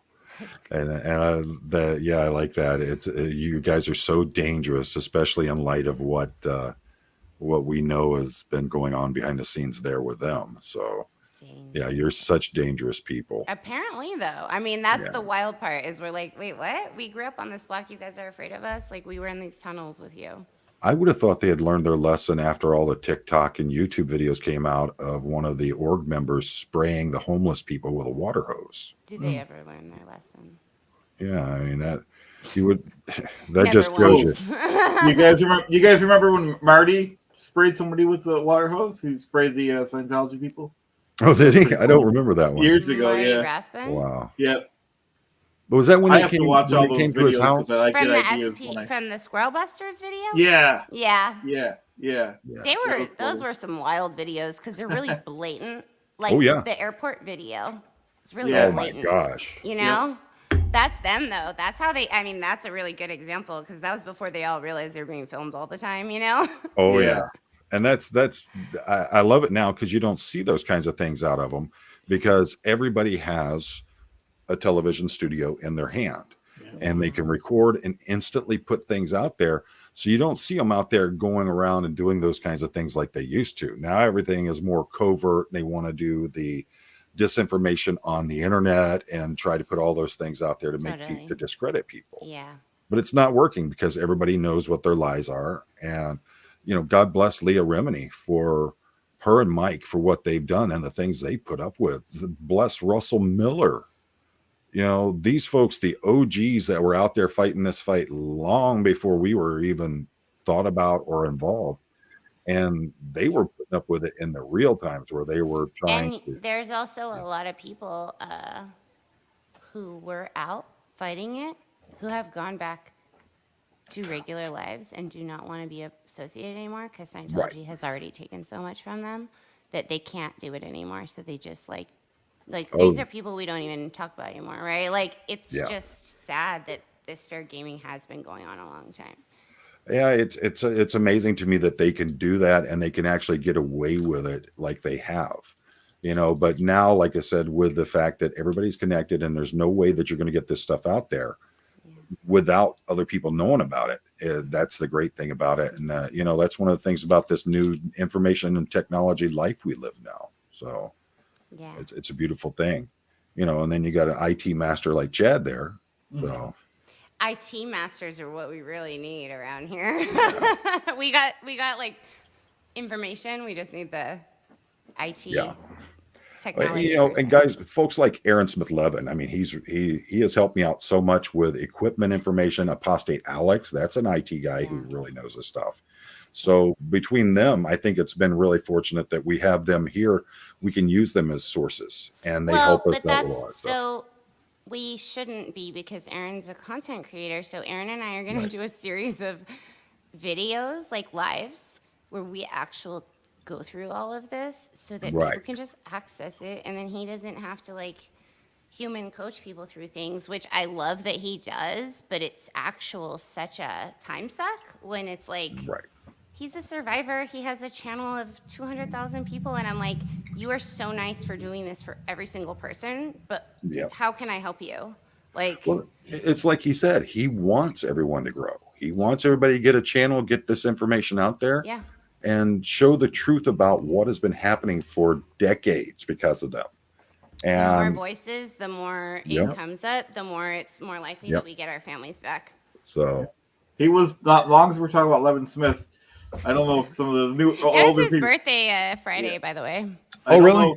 Do you know, Vanessa? He was the one that actually started Clearwater Chad, gave me my name and everything. No, I didn't. Yeah, he did. He put out the challenge, and he said, What? anyone that How? wants How to- did that he- come out? Because he was doing parody videos with somebody called Tampa Brad. And so my character is really, his name is Tampa Brad. So he's like, anyone who wants to create a video, name themselves Clearwater Chad, I'll promote you. Then, are you familiar with I Tampa didn't Brad? know that. Yeah, that's the story. Yeah. I think now that you said Tampa Brad, I think I saw one video and I was like, what the hell is going on around here? And Like, what the as thing- a what the thing, hardcore Vanessa, is- Scientologist, I'm like, what is this? Tampa Brad, in my opinion, was so boring. I couldn't parody him, so I just did my own thing. I did it based off somebody else. I did it based What was off he of- trying to do? Like troll Aaron or something? No, he's genuinely like a newer Scientology that Grant Cardone is getting going, and he like loves the tech, and he's telling everyone about all these wins he's Oh making. God! Oh, Yeah. Oh, he was literally sits there yes. and reads the tech. I Yeah, have seen that, like a testimonial type Yeah. guy. And then we found out that apparently he has a channel on this platform that fans that are only allowed. So, Really? and we Tampa were like, Brad? wait a minute, Oh, isn't that so like a fan- big only. violation of LRH tech there? So, Hey, yeah. I don't know how people make it all work, to be honest. None of it even makes sense. But then on top of that, there's all these contradictions. It's like, I don't know. Now you Well- accept gay people? That doesn't even make sense, but okay. you know, I talking with people about this a lot of different times. Chris Shelton really helped out with a lot of it too. Anybody is susceptible to these dynamic personalities that are drawing them into these cults. Totally. And you know, you work in the psychiatric field. You know how a very charismatic person can easily pull anyone into their shadow. So, you know, and a lot of people, I can't believe how you spent your anyone, doctors, lawyers, look at all the different people who've been part of COS. Yeah. So It's not stupid people. no. No. And that's the thing. You know, we hear Aaron, makes the joke, I grew up in a cult, so I really don't know. Without a doubt, one of the smartest people I know. And There's the guy, a difference, though, when I think we were not exposed to culture, and there's different intelligences. Like, it's literally that. It's not that he's brilliant, but there Yeah. are some things, like I just said, where I'm like, I don't know what you mean, because we just didn't have access. oh yeah. Yeah, and that, It's kind of hard to figure out. yeah, and that's the thing is that I don't have any college. I literally went straight from high school into the Army, and then from the Army, I met my wife, and then one day out of the Army, I met my wife, and next thing I know, we're living here in Michigan, and that's where I started my career in law enforcement. I don't have any college. By far, I'm not the smartest man, but I try to learn as much as I can as I go through things. So I think it's because you're open-minded that you Could were be. able to do that, and that's what I'm Yeah. pretty sure Chris Shelton Well- said. You have to actually be able to admit that you could be fooled. Oh, yeah. That's what people have a hard time with. It's like, and they I just think the don't three of it- us encapsulate what it is to be a creative. Yep. We're all three different parallels of the creative kind of personality, and we just show it in our own ways. Yeah, interesting. That's awesome. It's a prism. You have no one exact of everything. It's all just this amalgamation. And everybody has their own line that they go down. But we're in the end of it, we're you, Chad, me, we're creatives, and we I definitely love take a that. different view. It's hard to own that for me. It's like that imposter syndrome thing. Well, They always praise Look at you. You artists. walk your own line. You are who you are. You're not worried about societal norms or guidelines that are put on us by people who think that they are normal. Yeah. You are who you are. That's who I am. That's how I carry myself. Chad is the same way, but we're just different perspectives of the same thing. So Yeah, even going to that picket was huge. I wish I could have been there. I You was so could have proud of you too. because that showed so much strength in where you have come from. that you could go from being treated the way that you have been treated, and now you are standing up against the people who brought on this lifetime of bullying that you put up with. Yeah. That's nothing but pure strength, and that's strength of heart and soul. And I was very proud of you to see that. So Thank Yep. you. Thank you. I just Absolutely. figured, you know, what would be nicer for them to see, because I remember being scared of the people, like really being like, those are SPs. Like, I really Right. cannot get around them. I'm going to get cancer. Right. So, like, Yeah, straight up, that's how you feel. You're like, I can't look at them even. I can't talk to them because you really think that it's like a, you know, whatever a devil would be, or a, yeah, any kind of bad thing. It's really what an SP is. And so I'm thinking with the experience of what is it like for them, because that's what I'm trying to change right here, is I'm trying to get somebody in the inside to wake up. And what I thought it would be nicer to role model a kind behavior for me. I saw somebody I had recognized from, that I had really known really well, and I decided, instead of terrifying them, because it is terrifying when you see that, because there's no way of not, like, right. when it's your own world and it's being shaken, people are screaming that you're crazy, and it's like scary from that street, right? Oh yeah, So then I thought, what would be more effective? Maybe right. like bringing somebody something and showing that we care about each other, and that we're like hugging each other and there to support each other.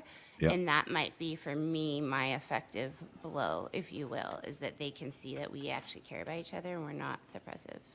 Well, if you remember from our conversation from a month or two ago, when I told you I hear you, Yeah. and when I saw you doing that, what came to mind was, my girl found her voice. Now everyone will hear her. That's what I took from that, was that you had found that voice, and now you're letting it out nice and strong. And I think that coming out here and putting yourself out on these live streams, bearing it all for everyone, I think that that's helped you grow tremendously, and you're becoming stronger by the day. So I was very proud to see that. So Thank you. It's still a little shaky. The voice is still a little shaky, but guess what? I'll practice karaoke. It's like one of those you things. didn't get It's me like on I that. don't do karaoke either, right? Like, I'm not as comfortable in the all eyes on me spot. So it Yeah. is really nice to have that encouragement, and I Give me believe you. Give me a tow truck and a bucket, and I still can't carry a tune. So it's, you go right ahead and do all that you want to. It's something about the voice, though, because I did have, I'm not going to lie, nightmares for years, and I would be jolted awake that I Wow. wanted to talk and couldn't, wanted to scream and couldn't. Nothing would come out. So I think that's really symbolic, and those Yeah. have Yeah. stopped. But I mean, look at you now. You came from an organization that absolutely despised psychiatric care, psychiatrists, psychologists. They're the most evil people on the earth. Yeah. You walked away, you found your footing, you got your education that you needed. Now you're licensed and you're working in that field. I mean, you got to feel good about that. Well, I am not to a license yet. I'm certified, Okay. but guess what? Mm. When you're an adult and you start from scratch, Yeah. sometimes 4-year degrees for people who start at high school age Yeah. take about 7 years if you're working. So I actually have spent so much time getting the basics in that now I'm so freaking stoked, because I just have the certification stuff left. And I've actually been working in the field for a year with psychologists, with psychiatrists, on a clinical team where we all, and nurses, and it's so fun. And I've learned so much just from the experience that now I actually know which specialty. You know what I mean? Like, now Yep. oh, okay. And that's what they said. They said, don't just, like, you're not doing this for the piece of paper. You're doing this for your future. Figure out what you want to do, because Yeah, there's so many exactly. specialties. So I did get certified, and then I'm looking forward to becoming licensed. But you know what? We are starting from absolute scratch out here, and that's the hardest part for me, is like, Oh, I bet. I took a GED at 15, then I started working nonstop. So having to do this as a career is really fun and very, like, whoa. But you know what? If I get a PhD by, let's say, 40, I still have quite a few years to enjoy Yeah. that. Well, You can have that PhD. I'm not spending that much time in a classroom. Yeah, Thank you. I was will talking take to it. Zach Morgan I will about. take it and put it on my wall, and I'll be like, Yeah. look, who has the PhD, Poe? Yeah, you can have. I will later be on. very proud. I'll be very proud of you. You don't have to worry about that. But yeah, I'm not. Great. I'll be 55 in November, and I'm just, I was Wow, talking to you Zach. do not look that age. You don't see me in person. You'll I see it don't. better. Yeah. But I mean, think about it. 5 months ago, people were like, Vanessa, who? Yeah. And now look at Yeah. you.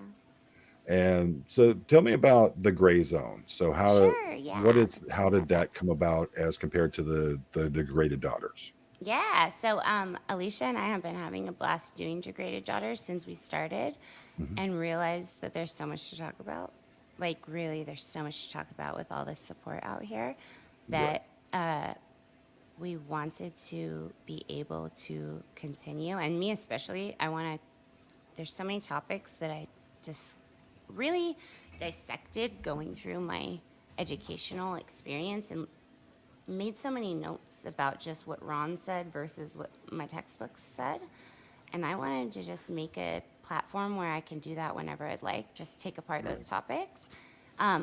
And not have it be so black and white, just maybe nuanced and like in the middle in a little gray area. And we can have conversations that are not like, I'm right, you're wrong. I think that's what we're missing a lot in the world these days. So it's kind of going to just be my place to pop on and have different types of guests. I think I'm going to do few different weekly shows, actually, of different topics that will be hopefully entertaining to people. But I'm excited. I'm actually loving YouTube and loving the community and having people stop in. And people have been really supportive of this channel. It's called The Gray Zone with Vanessa LaRose. And if someone could throw a link up there, that'd be awesome. Yeah. So. I've loved having the support so far. I haven't even,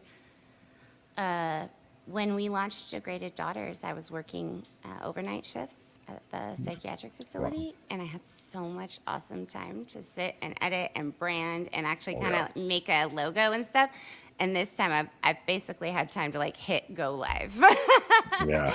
But that being said, I'm excited to continue working on it and growing it because this is a phenomenon, and you guys are able to just be here with us. And I can't believe people are liking it. Honestly, I can't. Yeah. It's just really touching and cool.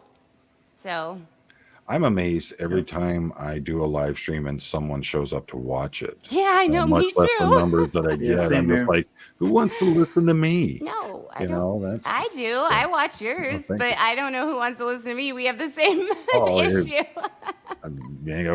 you always make them fun and enjoyable, and that's Chad and I do car talk most weeks. Yeah. I couldn't do it this week because I lost my voice thanks to my great sinuses, but we normally do a car talk every Wednesday, and the reason for that is with the Scientology stuff, it gets so deep and so dark sometimes, and just to have this night where we do nothing but just talk about cars and anything automotive. And we have, it's the lowest watched things that we do, but my goodness, it's the most fun that we do. Totally. And I look forward to it every week. Yep. It should be about Knight Rider every week. Am I right, Bo? Chad has a bromance on. We lost Vanessa. No. Oh, no. All right, Chica, get it back in here. Chad's got a bromance with Hasselhoff in that daggone car. So if you haven't seen those, we'll find out in a second here what's going on. Hopefully, Vanessa will jump back in here. Hopefully, she just pulled 11 Smith. Well, she might have, she might have lost connection too. So, let's see here. Let's talk about, I had a comment here from Freezinu. The best motivation I've ever had is when someone told me I couldn't do something. Agreed. Having been a participant in MMA, being participating in sports growing up, and then being a promoter in MMA, I learned more from my losses than I ever learned from a victory. It educated me beyond my expectations. Nobody likes to lose. No, it's just how it is. But those losses made me stronger, showed me my weaknesses and my fault points. And, so I agree, that, someone telling you can't, this hillbilly's going to show you I can. And it's that simple. So, oh, wow. You got a friend who has a completely rebuilt 69 Camaro. Yeah. Wow. EZ302 Cross. Wow. I had, Chad and I were talking, what was that, about a month ago? Guy who lives right down the road from me. I've known him for 30 plus years. He does custom cars. Just had one go across the Mecum auction at, I think it was 2.8 million or 2.3 million dollars for this car that he had put together back in the 1970s. And I guess it came back. They brought it back to him, had him completely redo it exactly how he'd done it the first time.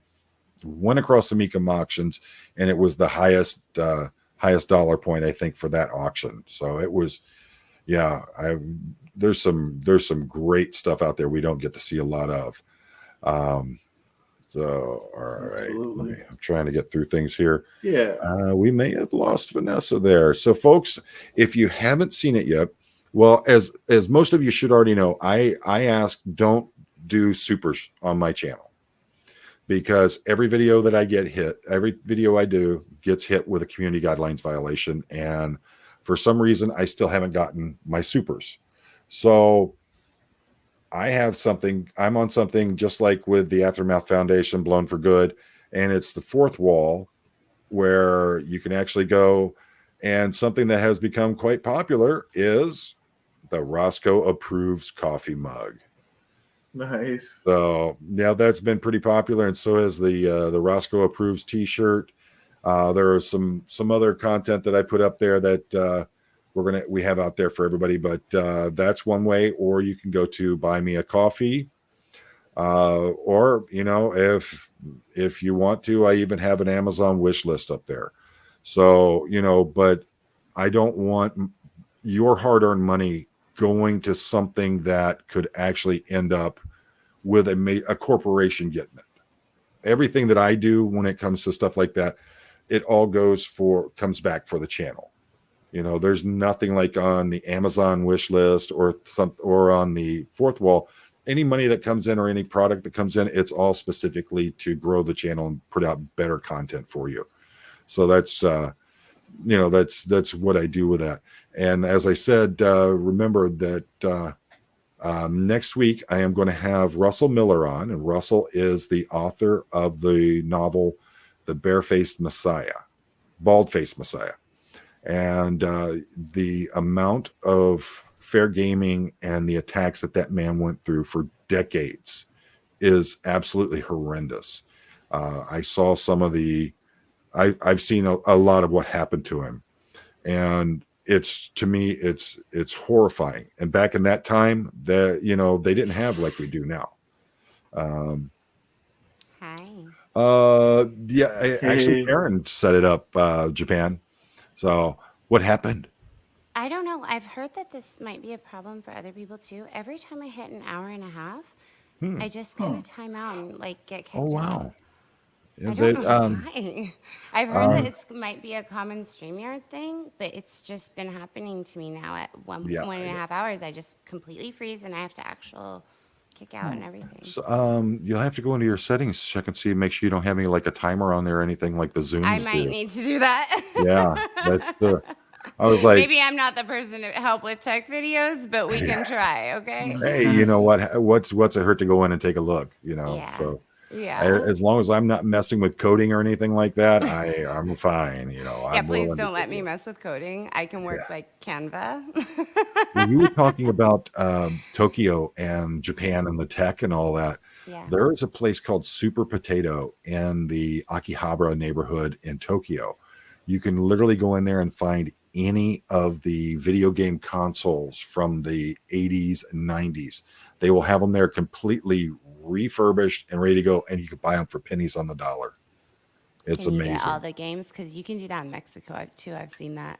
I've seen the Super NES games all lined up, but now I have one it's the new Super NES. It's the old one, but it's computerized, so you don't have to plug in the. Well, you you know. see, you Oh, see yeah, me. remember I mean, those? I've got my arcade Yep. cabinet there. Yeah. So I love it. That's yeah, cool. it's the Rampage game. It's one of those. It's called Arcade One Up, and it's literally just like going to the arcades when I was a My kid. roommate has Pac-Man in his room. Oh, that's Wow. I want the Pac-Man and I want the Galaga. It's Once so I get those, Kramer I'll of be you guys. That's to not have- just like it, Poe, because they smoked in the arcade, so it's got to be smoky if you. I smoke in here, so. Oh, okay, so it is just like I've been out backstage with Poe. He does what he wants to do. Yeah. That's very. Do you remember the Kramer episode where he was trying to get the Seinfeld episode, and Kramer was literally just trying to get that into the apartment, and it was like they ended up playing the game of Yep, Tetris the to like Frogger, get yeah. it in and upstairs. It was hilarious. You know how That was funny. when I was bringing up movies and that earlier, and you were like, I have no idea what you're talking about. Yeah. I literally maybe watched one episode of Seinfeld. It was just not something I was into. You know, people are either Seinfeld people or they're not. Yeah. They're Yeah. really Seinfeld people or they're not. I have a friend who's like, I just didn't like it. I'm like, what? It's my favorite show. But there's some, you know, some shows are like that. And that's, you know, we all have our own tastes. I mean, We do. What's your favorite show? my Like favorite comedy show, maybe. Are You Being Served? The old BBC comedy show. Wow. I'd say that's my favorite That's a right good now. one. I've seen that. That's like a random, wow, good one. Oh, I yeah. used to like Last Comic Standing. Remember that? Left field. That's where I'll be coming from with a lot of stuff. So yeah, it's I like Last that. Comic Standing was great. Yeah. What's her name? Kathleen Madigan is one of our all-time favorites. John Hennon from that. Yeah. We actually saw Kathleen Madigan here in Detroit when she did her Netflix special. She was recording that the cool. night we were there. So There were some hilarious people there. You know, at the bar I used to work at, Margaret Cho would show up and test out her material on us. And it was so fun and funny. And she's so vulgar. Have you been watching Kill Tony? No. Tony Hinchcliffe, who's a stand-up comedian, he's pretty well known, has the biggest live comedy podcast in the world, and it's called Kill Tony. It's out of Austin, Texas. I saw something, but I didn't know what it was. I'm glad you're telling me. He has some people that are coming out of there that are just straight up murderers in the comedy world that are just starting out, and these folks are killing it. It's a podcast? Oh, it's awesome. They're some of the funniest stuff I've seen, and then they'll sit there and they'll roast each other after they get 1 minute to do live new material every week. And then after it's over with, they'll sit there and just roast each other for about 5-10 minutes each. It's great stuff. That's awesome. Yeah, if you get a chance, check that out. He's got some people who've come up out of that are becoming huge stars now. One of my favorites was, because it's so funny to see comedians with each other, but comedians in cars getting coffee, obviously. Seinfeld, I'm a huge fan, but when he would just, did you like that, Poe or Chad? Did you guys ever check that one out? I do watch. I'm a big So Seinfeld funny. fan too. So funny, just picking Not him at up. all. Well, and he would pick up, you know, like Letterman, and then they'd just drive around and like make I know. funnies. Yeah. He picked up Obama once. Yeah. Yep. But it was always just too good when he'd pick up, you know, someone who like they had a history of breaking into stand-up together, and they just like throw back and forth. It's just really fascinating tales. I think I'm more of a Conan type fan for that kind of stuff. I love Conan. Yeah, He me did one too. with Conan too. That was hilarious. Mm. Conan is hilarious. Yeah, I missed his show. I miss his show. I wish they never changed that. Curb Your Enthusiasm made Seinfeld make sense. See, and I feel the opposite. I feel that Seinfeld made Curb Your Enthusiasm make sense to me. I spend so much time watching foreign stuff that a lot of the American sitcoms I never even really see. So it's One of the funniest sitcoms ever was The New Adventures of Old Christine with Julia Louis-Dreyfus. She's hilarious. Really? Yeah. Oh, I never seen it. It's one of those random ones where you're like, huh? But they won all these awards because it was just so funny, and she's just comedy. you know, for like me, if I comedy movies, I grew up in the era of I saw Smokey and the Bandit at the movies. I saw Blazing Saddles at the movies. Yeah. So I come out of that era with that kind of comedy on it. And, so if I want to watch something that I think is comedy related, most times I'm going more towards that style. I like that old school style of comedy on for TVs and stuff. Not to say that there aren't some great ones that are out now. Yeah. It's just, I think that the actual sitcom is becoming a thing of the past with the internet and all that. So Totally. Everybody just watches YouTube now, honestly. Yep. Yeah. Like we have YouTube Premium as our TV at home. That's what we do. We don't have all we have from the cable company is we have our internet connection. Everything else is all streamed. Yeah.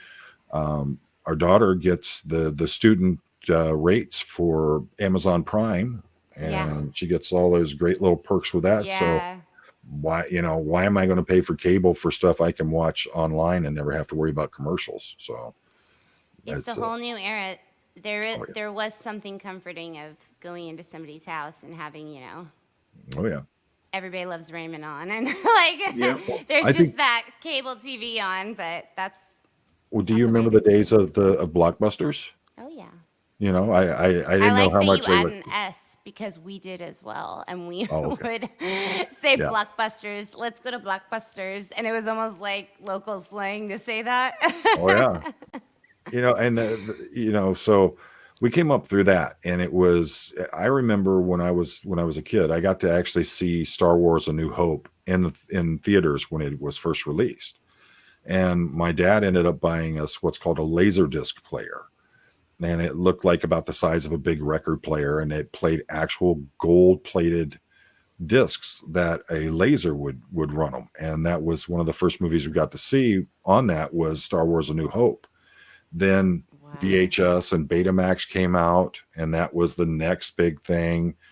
Then CDs came out, and then the live streaming and all that. Because I remember Blockbuster when it was all VHS tapes. Yeah. Yeah, I'm sure you do too, Chad. I still remember our first VCR. Yeah. Remember they were the size of a Cadillac. Yeah.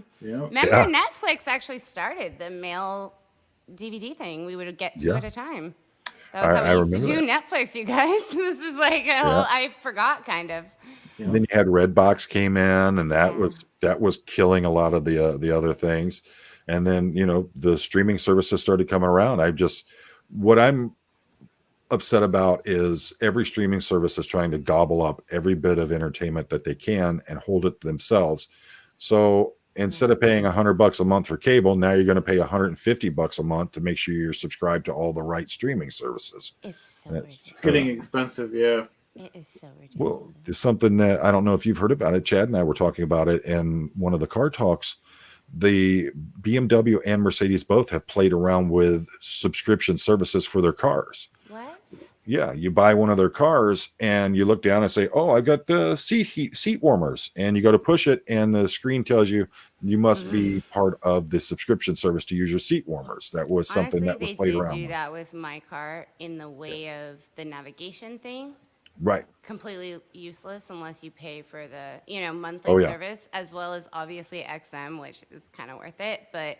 I have I have Spotify, I have all the other things too. So it's like, how much are you going to pay for entertainment, and you have to just make your cuts. But yeah, I just deal like with Spotify. I just deal with the commercials.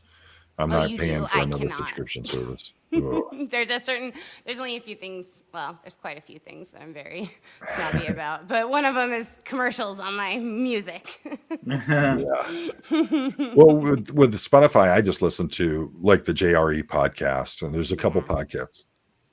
Yeah. We have YouTube Premium, so we have the YouTube Music as well, so nice. We don't have to worry about the commercials. I haven't even looked into that because I have so many playlists on Spotify that I would be crushed. So they have me forever. Oh, yeah.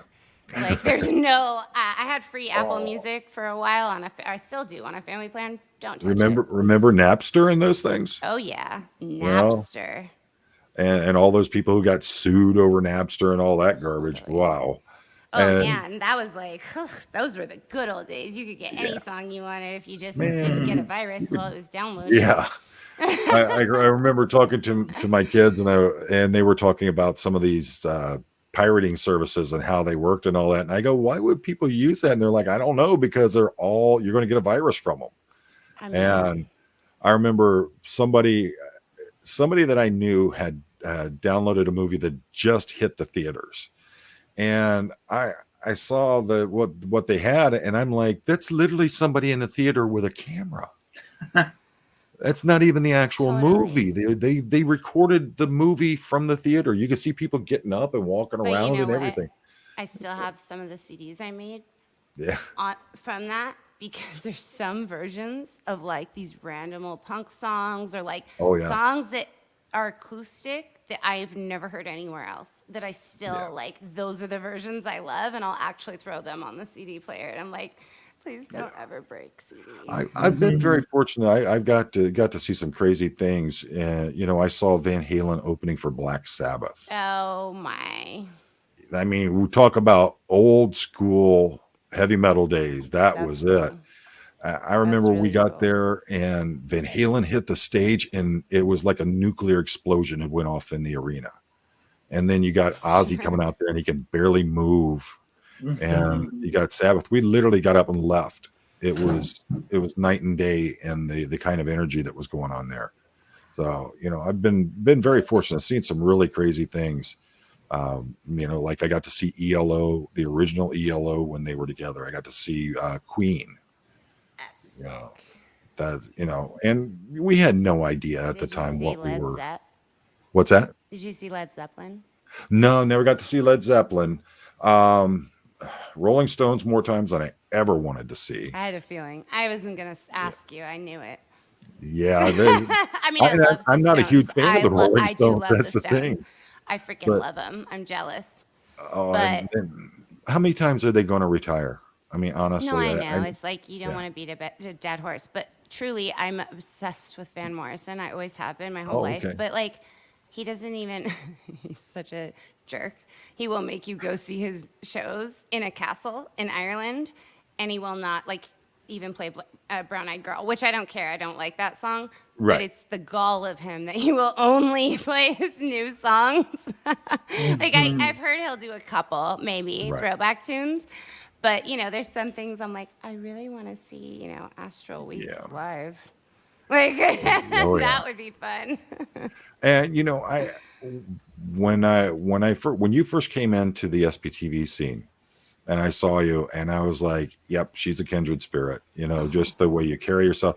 I had to, for the longest time as a police officer, I had to present myself in a very professional way. Like, you know, my tattoos are they don't go below, you know, short sleeve length, things like that. You know, I was fortunate. By the time that they actually caught onto the fact my wedding ring was tattooed on, it was too late. Your wedding ring is tattooed on? Mm-hmm. Oh, I love it.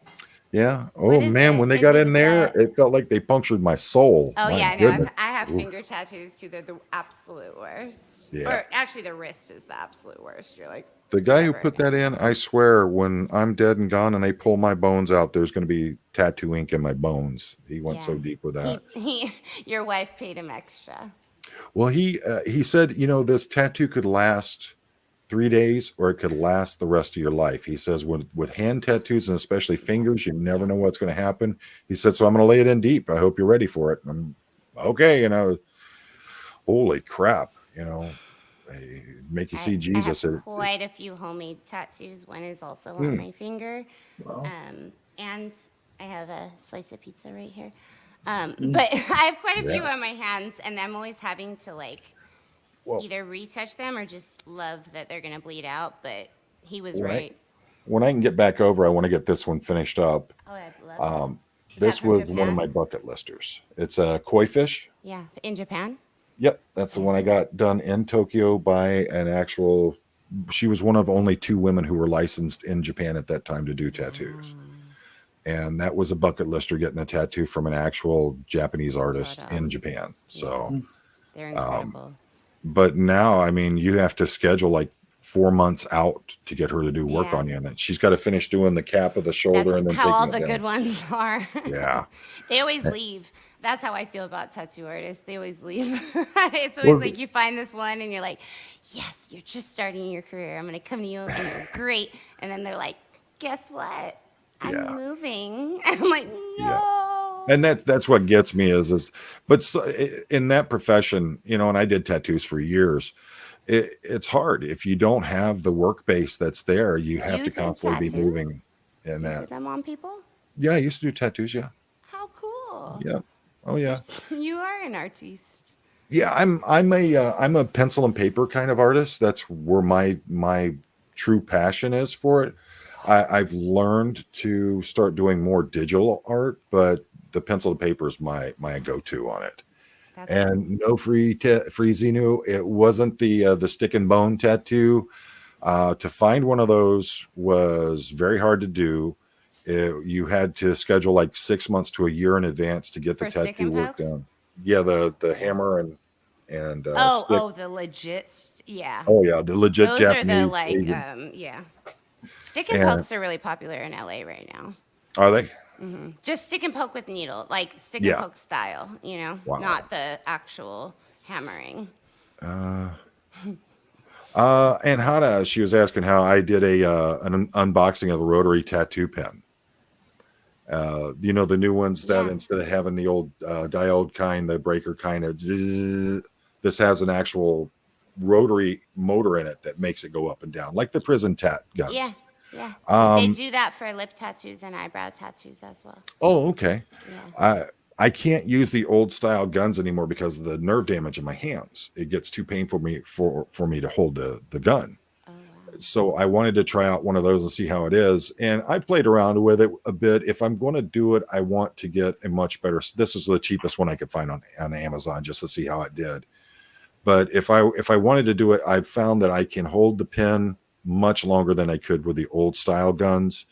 And it seems to work pretty good. You don't really have to worry about, with the old style, you have to set the length of the needle and how far it's going to drop and everything. Yeah. With this, it's pretty much set. You literally just clip in it's a plastic cone that you clip in there and the needle's in it, and it Cool. just, it already sets its own length and everything. So it's nice. I just don't see myself getting back into doing tattoos that heavy anymore. It's so heavy on your hands. It's fascinating that people can do such magnificent detail with that. I never really had that problem. For me, it's always been a matter of concentrating on the piece that I'm doing, and I don't. After a while, you don't even feel that the gun's there. So, Can you give me a tattoo that says SP? SP tattoo, if you want. Yeah, I just gotta. I want a Poe SP tattoo, or SP tattoo from Poe. Yeah, I have a no feeling problem. a couple other ladies that I know will like that as well. I'm Maybe even thinking some dudes. SP wrapped in barbed wire with flames. How Pam Anderson. We gotta do the whole The whole vibe. just like- 1950s Navy style. That's what we got to do. We got to go old school on it. Got to be something that is unique from what I really everything liked the thumbnail you made. It was cool. I was like breaking the chains. I really love that. That's really powerful and a really nice analogy. Well, when I put it up there and I put Scientology won't break this girl, You know, it's really sweet. I truly, what brought that about was, like I was talking about, when you went over there with Laura and you made the protest. And I said, she's taken the hits. She may have took a knee, but she's back on her feet and she's jumping back in the fight full on. And so that's why, I made the breaking the chains for you, that you were breaking away from it. But I named the actual episode as They Can't Break You. And I thought that was the perfect. You are like over here just touching hearts and souls without even trying, but I know you're trying, and it's actually like so It's deeply called, touching to to see me, ourselves as Right. what other people see us. right. To me, it's consideration. It's not empathy. It's not any of that. It's being Yeah. considerate of other people, letting Yeah. you know that I see the advancements you're making in your heart, in your soul, in your person.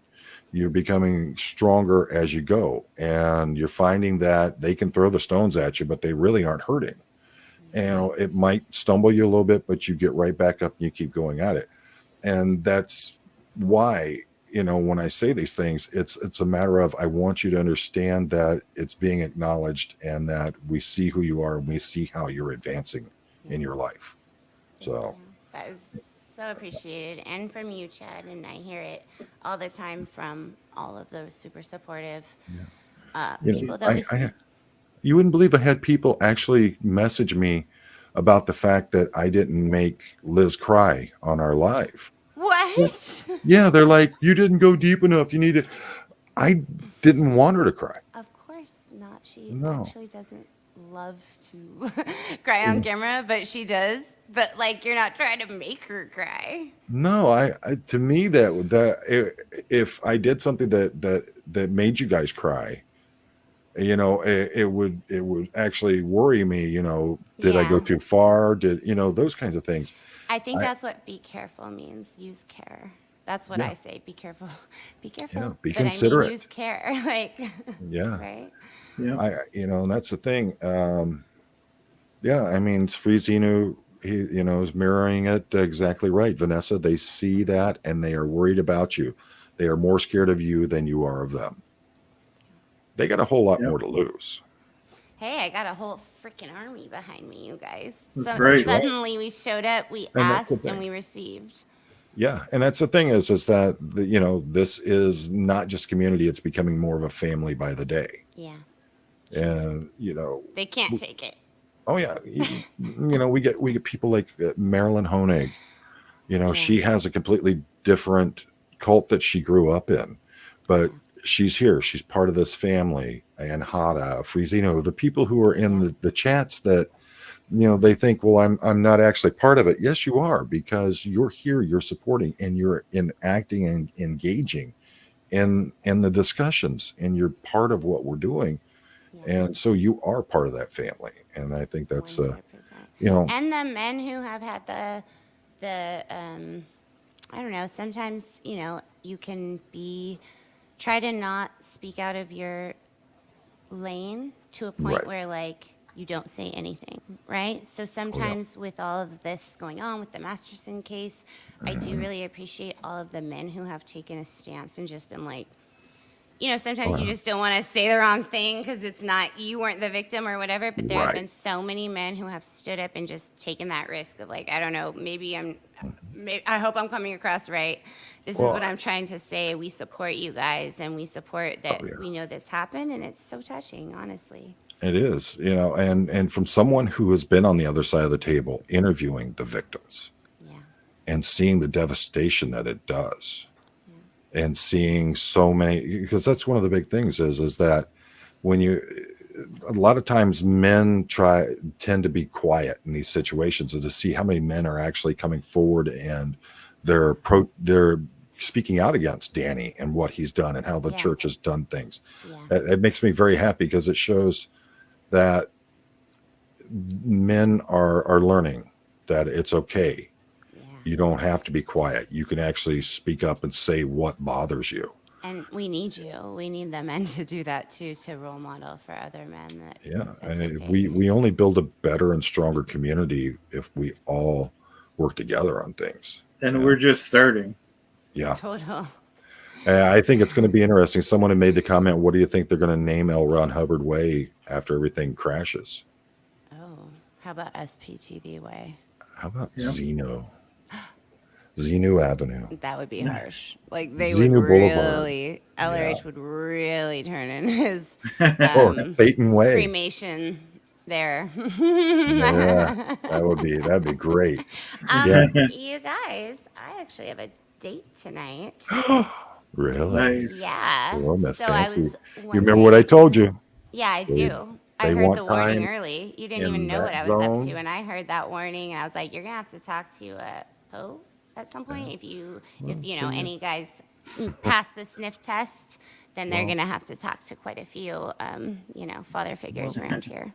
Like I said, they want to be with you. They got to prove that they deserve that time with you. You are Yeah.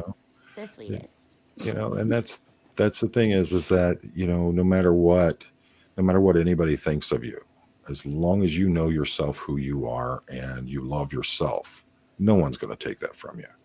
And so anybody who wants to share in that space, they got to earn it.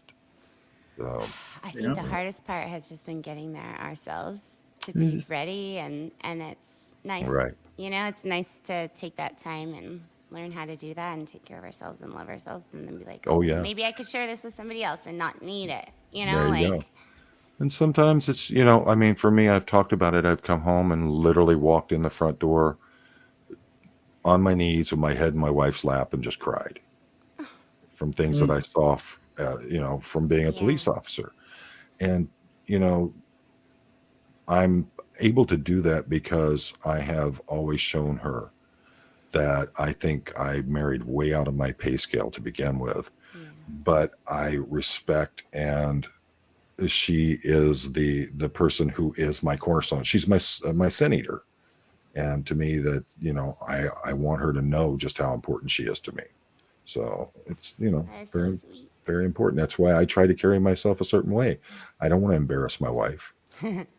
I, I embarrass myself I wish daily. some of my like friends would feel that way. Like, Well, I think too many people get caught up in modern just kidding. thought and all that. Yeah. Sometimes chivalry and just doing what you're supposed to. Yeah, It, chivalry yeah, has really been missing. It's nice to see it when it exists, or just. yeah, I had somebody recently say to me, you're a strong woman. I know you don't need me to open the door for you, but I like when you yeah. want me to. And I was like, that is very kind and kind of spot on. And the thing is that I open the door for pretty much everybody. But I've literally had women go, I don't need you to open the door for me. Well, I wasn't opening it because you're a woman. I'm opening it because you're a human being, and I was trying to Yeah, be polite. yeah, So yeah. It's such a interesting way to how oh we yeah, all just interpret everything. Hey, It's all just it's our amazing. interpretation of what's happening. Crazies are going to find a way to make everything Yeah. crazy. So, all right, you got to get on your date. You know So, what? Thank you give for us a having me. parting. And Give us a Chad, thanks parting. for like coming on and talking with us too. Yeah. Oh, I know you're absolutely. like Well, Chad's part of always, the I know fam. you're always here, like Yeah. backstage, but sometimes you don't show your face. You just Oh do yeah. some Well, come on, playing. whenever you want me to, Vanessa. Enjoy this Thank time you. too. Yeah. Thank you. I really appreciate it. And thank you guys all for coming by. This has been like super fun to have the Oh yeah. channel streaming all the time. Come by, make sure you like, subscribe, The Gray Zone, as well as The Degraded Daughters of Dianetics. And I will talk to you guys soon. Sounds Thank you, good. ma'am. And we appreciate you as always. Love having you on. Love talking with you. Thank you. And I mean what I've said. You're doing an amazing job. You're Now coming he out is. stronger. Told somebody he was going to make me cry, you guys. I'm not trying to make you cry. I just want you to know You're that too sweet. you're appreciated Yep, and we all you're stand respected. behind you. So, Thank you. and you're not in this alone. That's Thank what you. I want you to know. So, I feel that and I believe you, and that's the whole deal. And that's why I'm telling everybody make a channel, and it might be hard, but you know what? It's going to be yeah. worth it. And you know what? And ask Chad. If you're wanting to start a channel, you want some advice, Yeah. by all means, hit me up, email me. I don't have a problem. Chad came on, and Chad's my friend, so I've Yeah. really wanted to Yep. help see his channel grow. Yeah. And I am so amazed at how he reaches out to everybody else and he helps them as well. So Me too. that's what we do. We're Yep, a that's family. right. So You guys are money fam, and I will be seeing you very soon. yes, ma'am. Thank you. Bye. Bye bye, darling. All right, Chad, you got any parting words for us tonight? No, that was amazing though, Paul. That's a good one. She's always so much fun to talk to. I don't even do the bullet points with her because there's no need to. We Right. can literally free roll with it, and she will. She's so full of energy and pep anyway, so I never really worry about it. But folks, if you are part of Scientology and you're wanting to make that break, the aftermathfoundation.org is the place to go. They can help you get out quietly or as loud as you want to be, but they're there to help you. They want to see you get on your feet, be able to enter society fresh and new, and hopefully be able to take care of yourself and any family that you may have. So that's the aftermathfoundation.org. Also, Goldie has a Buy Me a Coffee account as well. Make sure you get over there, show Goldie some love. She doesn't charge any of us for this, but she's here and she does so much for us. So show her some love. We love Goldie. She is the boss mama. And as always, folks, you know how it works with me. We get one shot at life. It's a short one. We need to make it count. And thank you for joining me.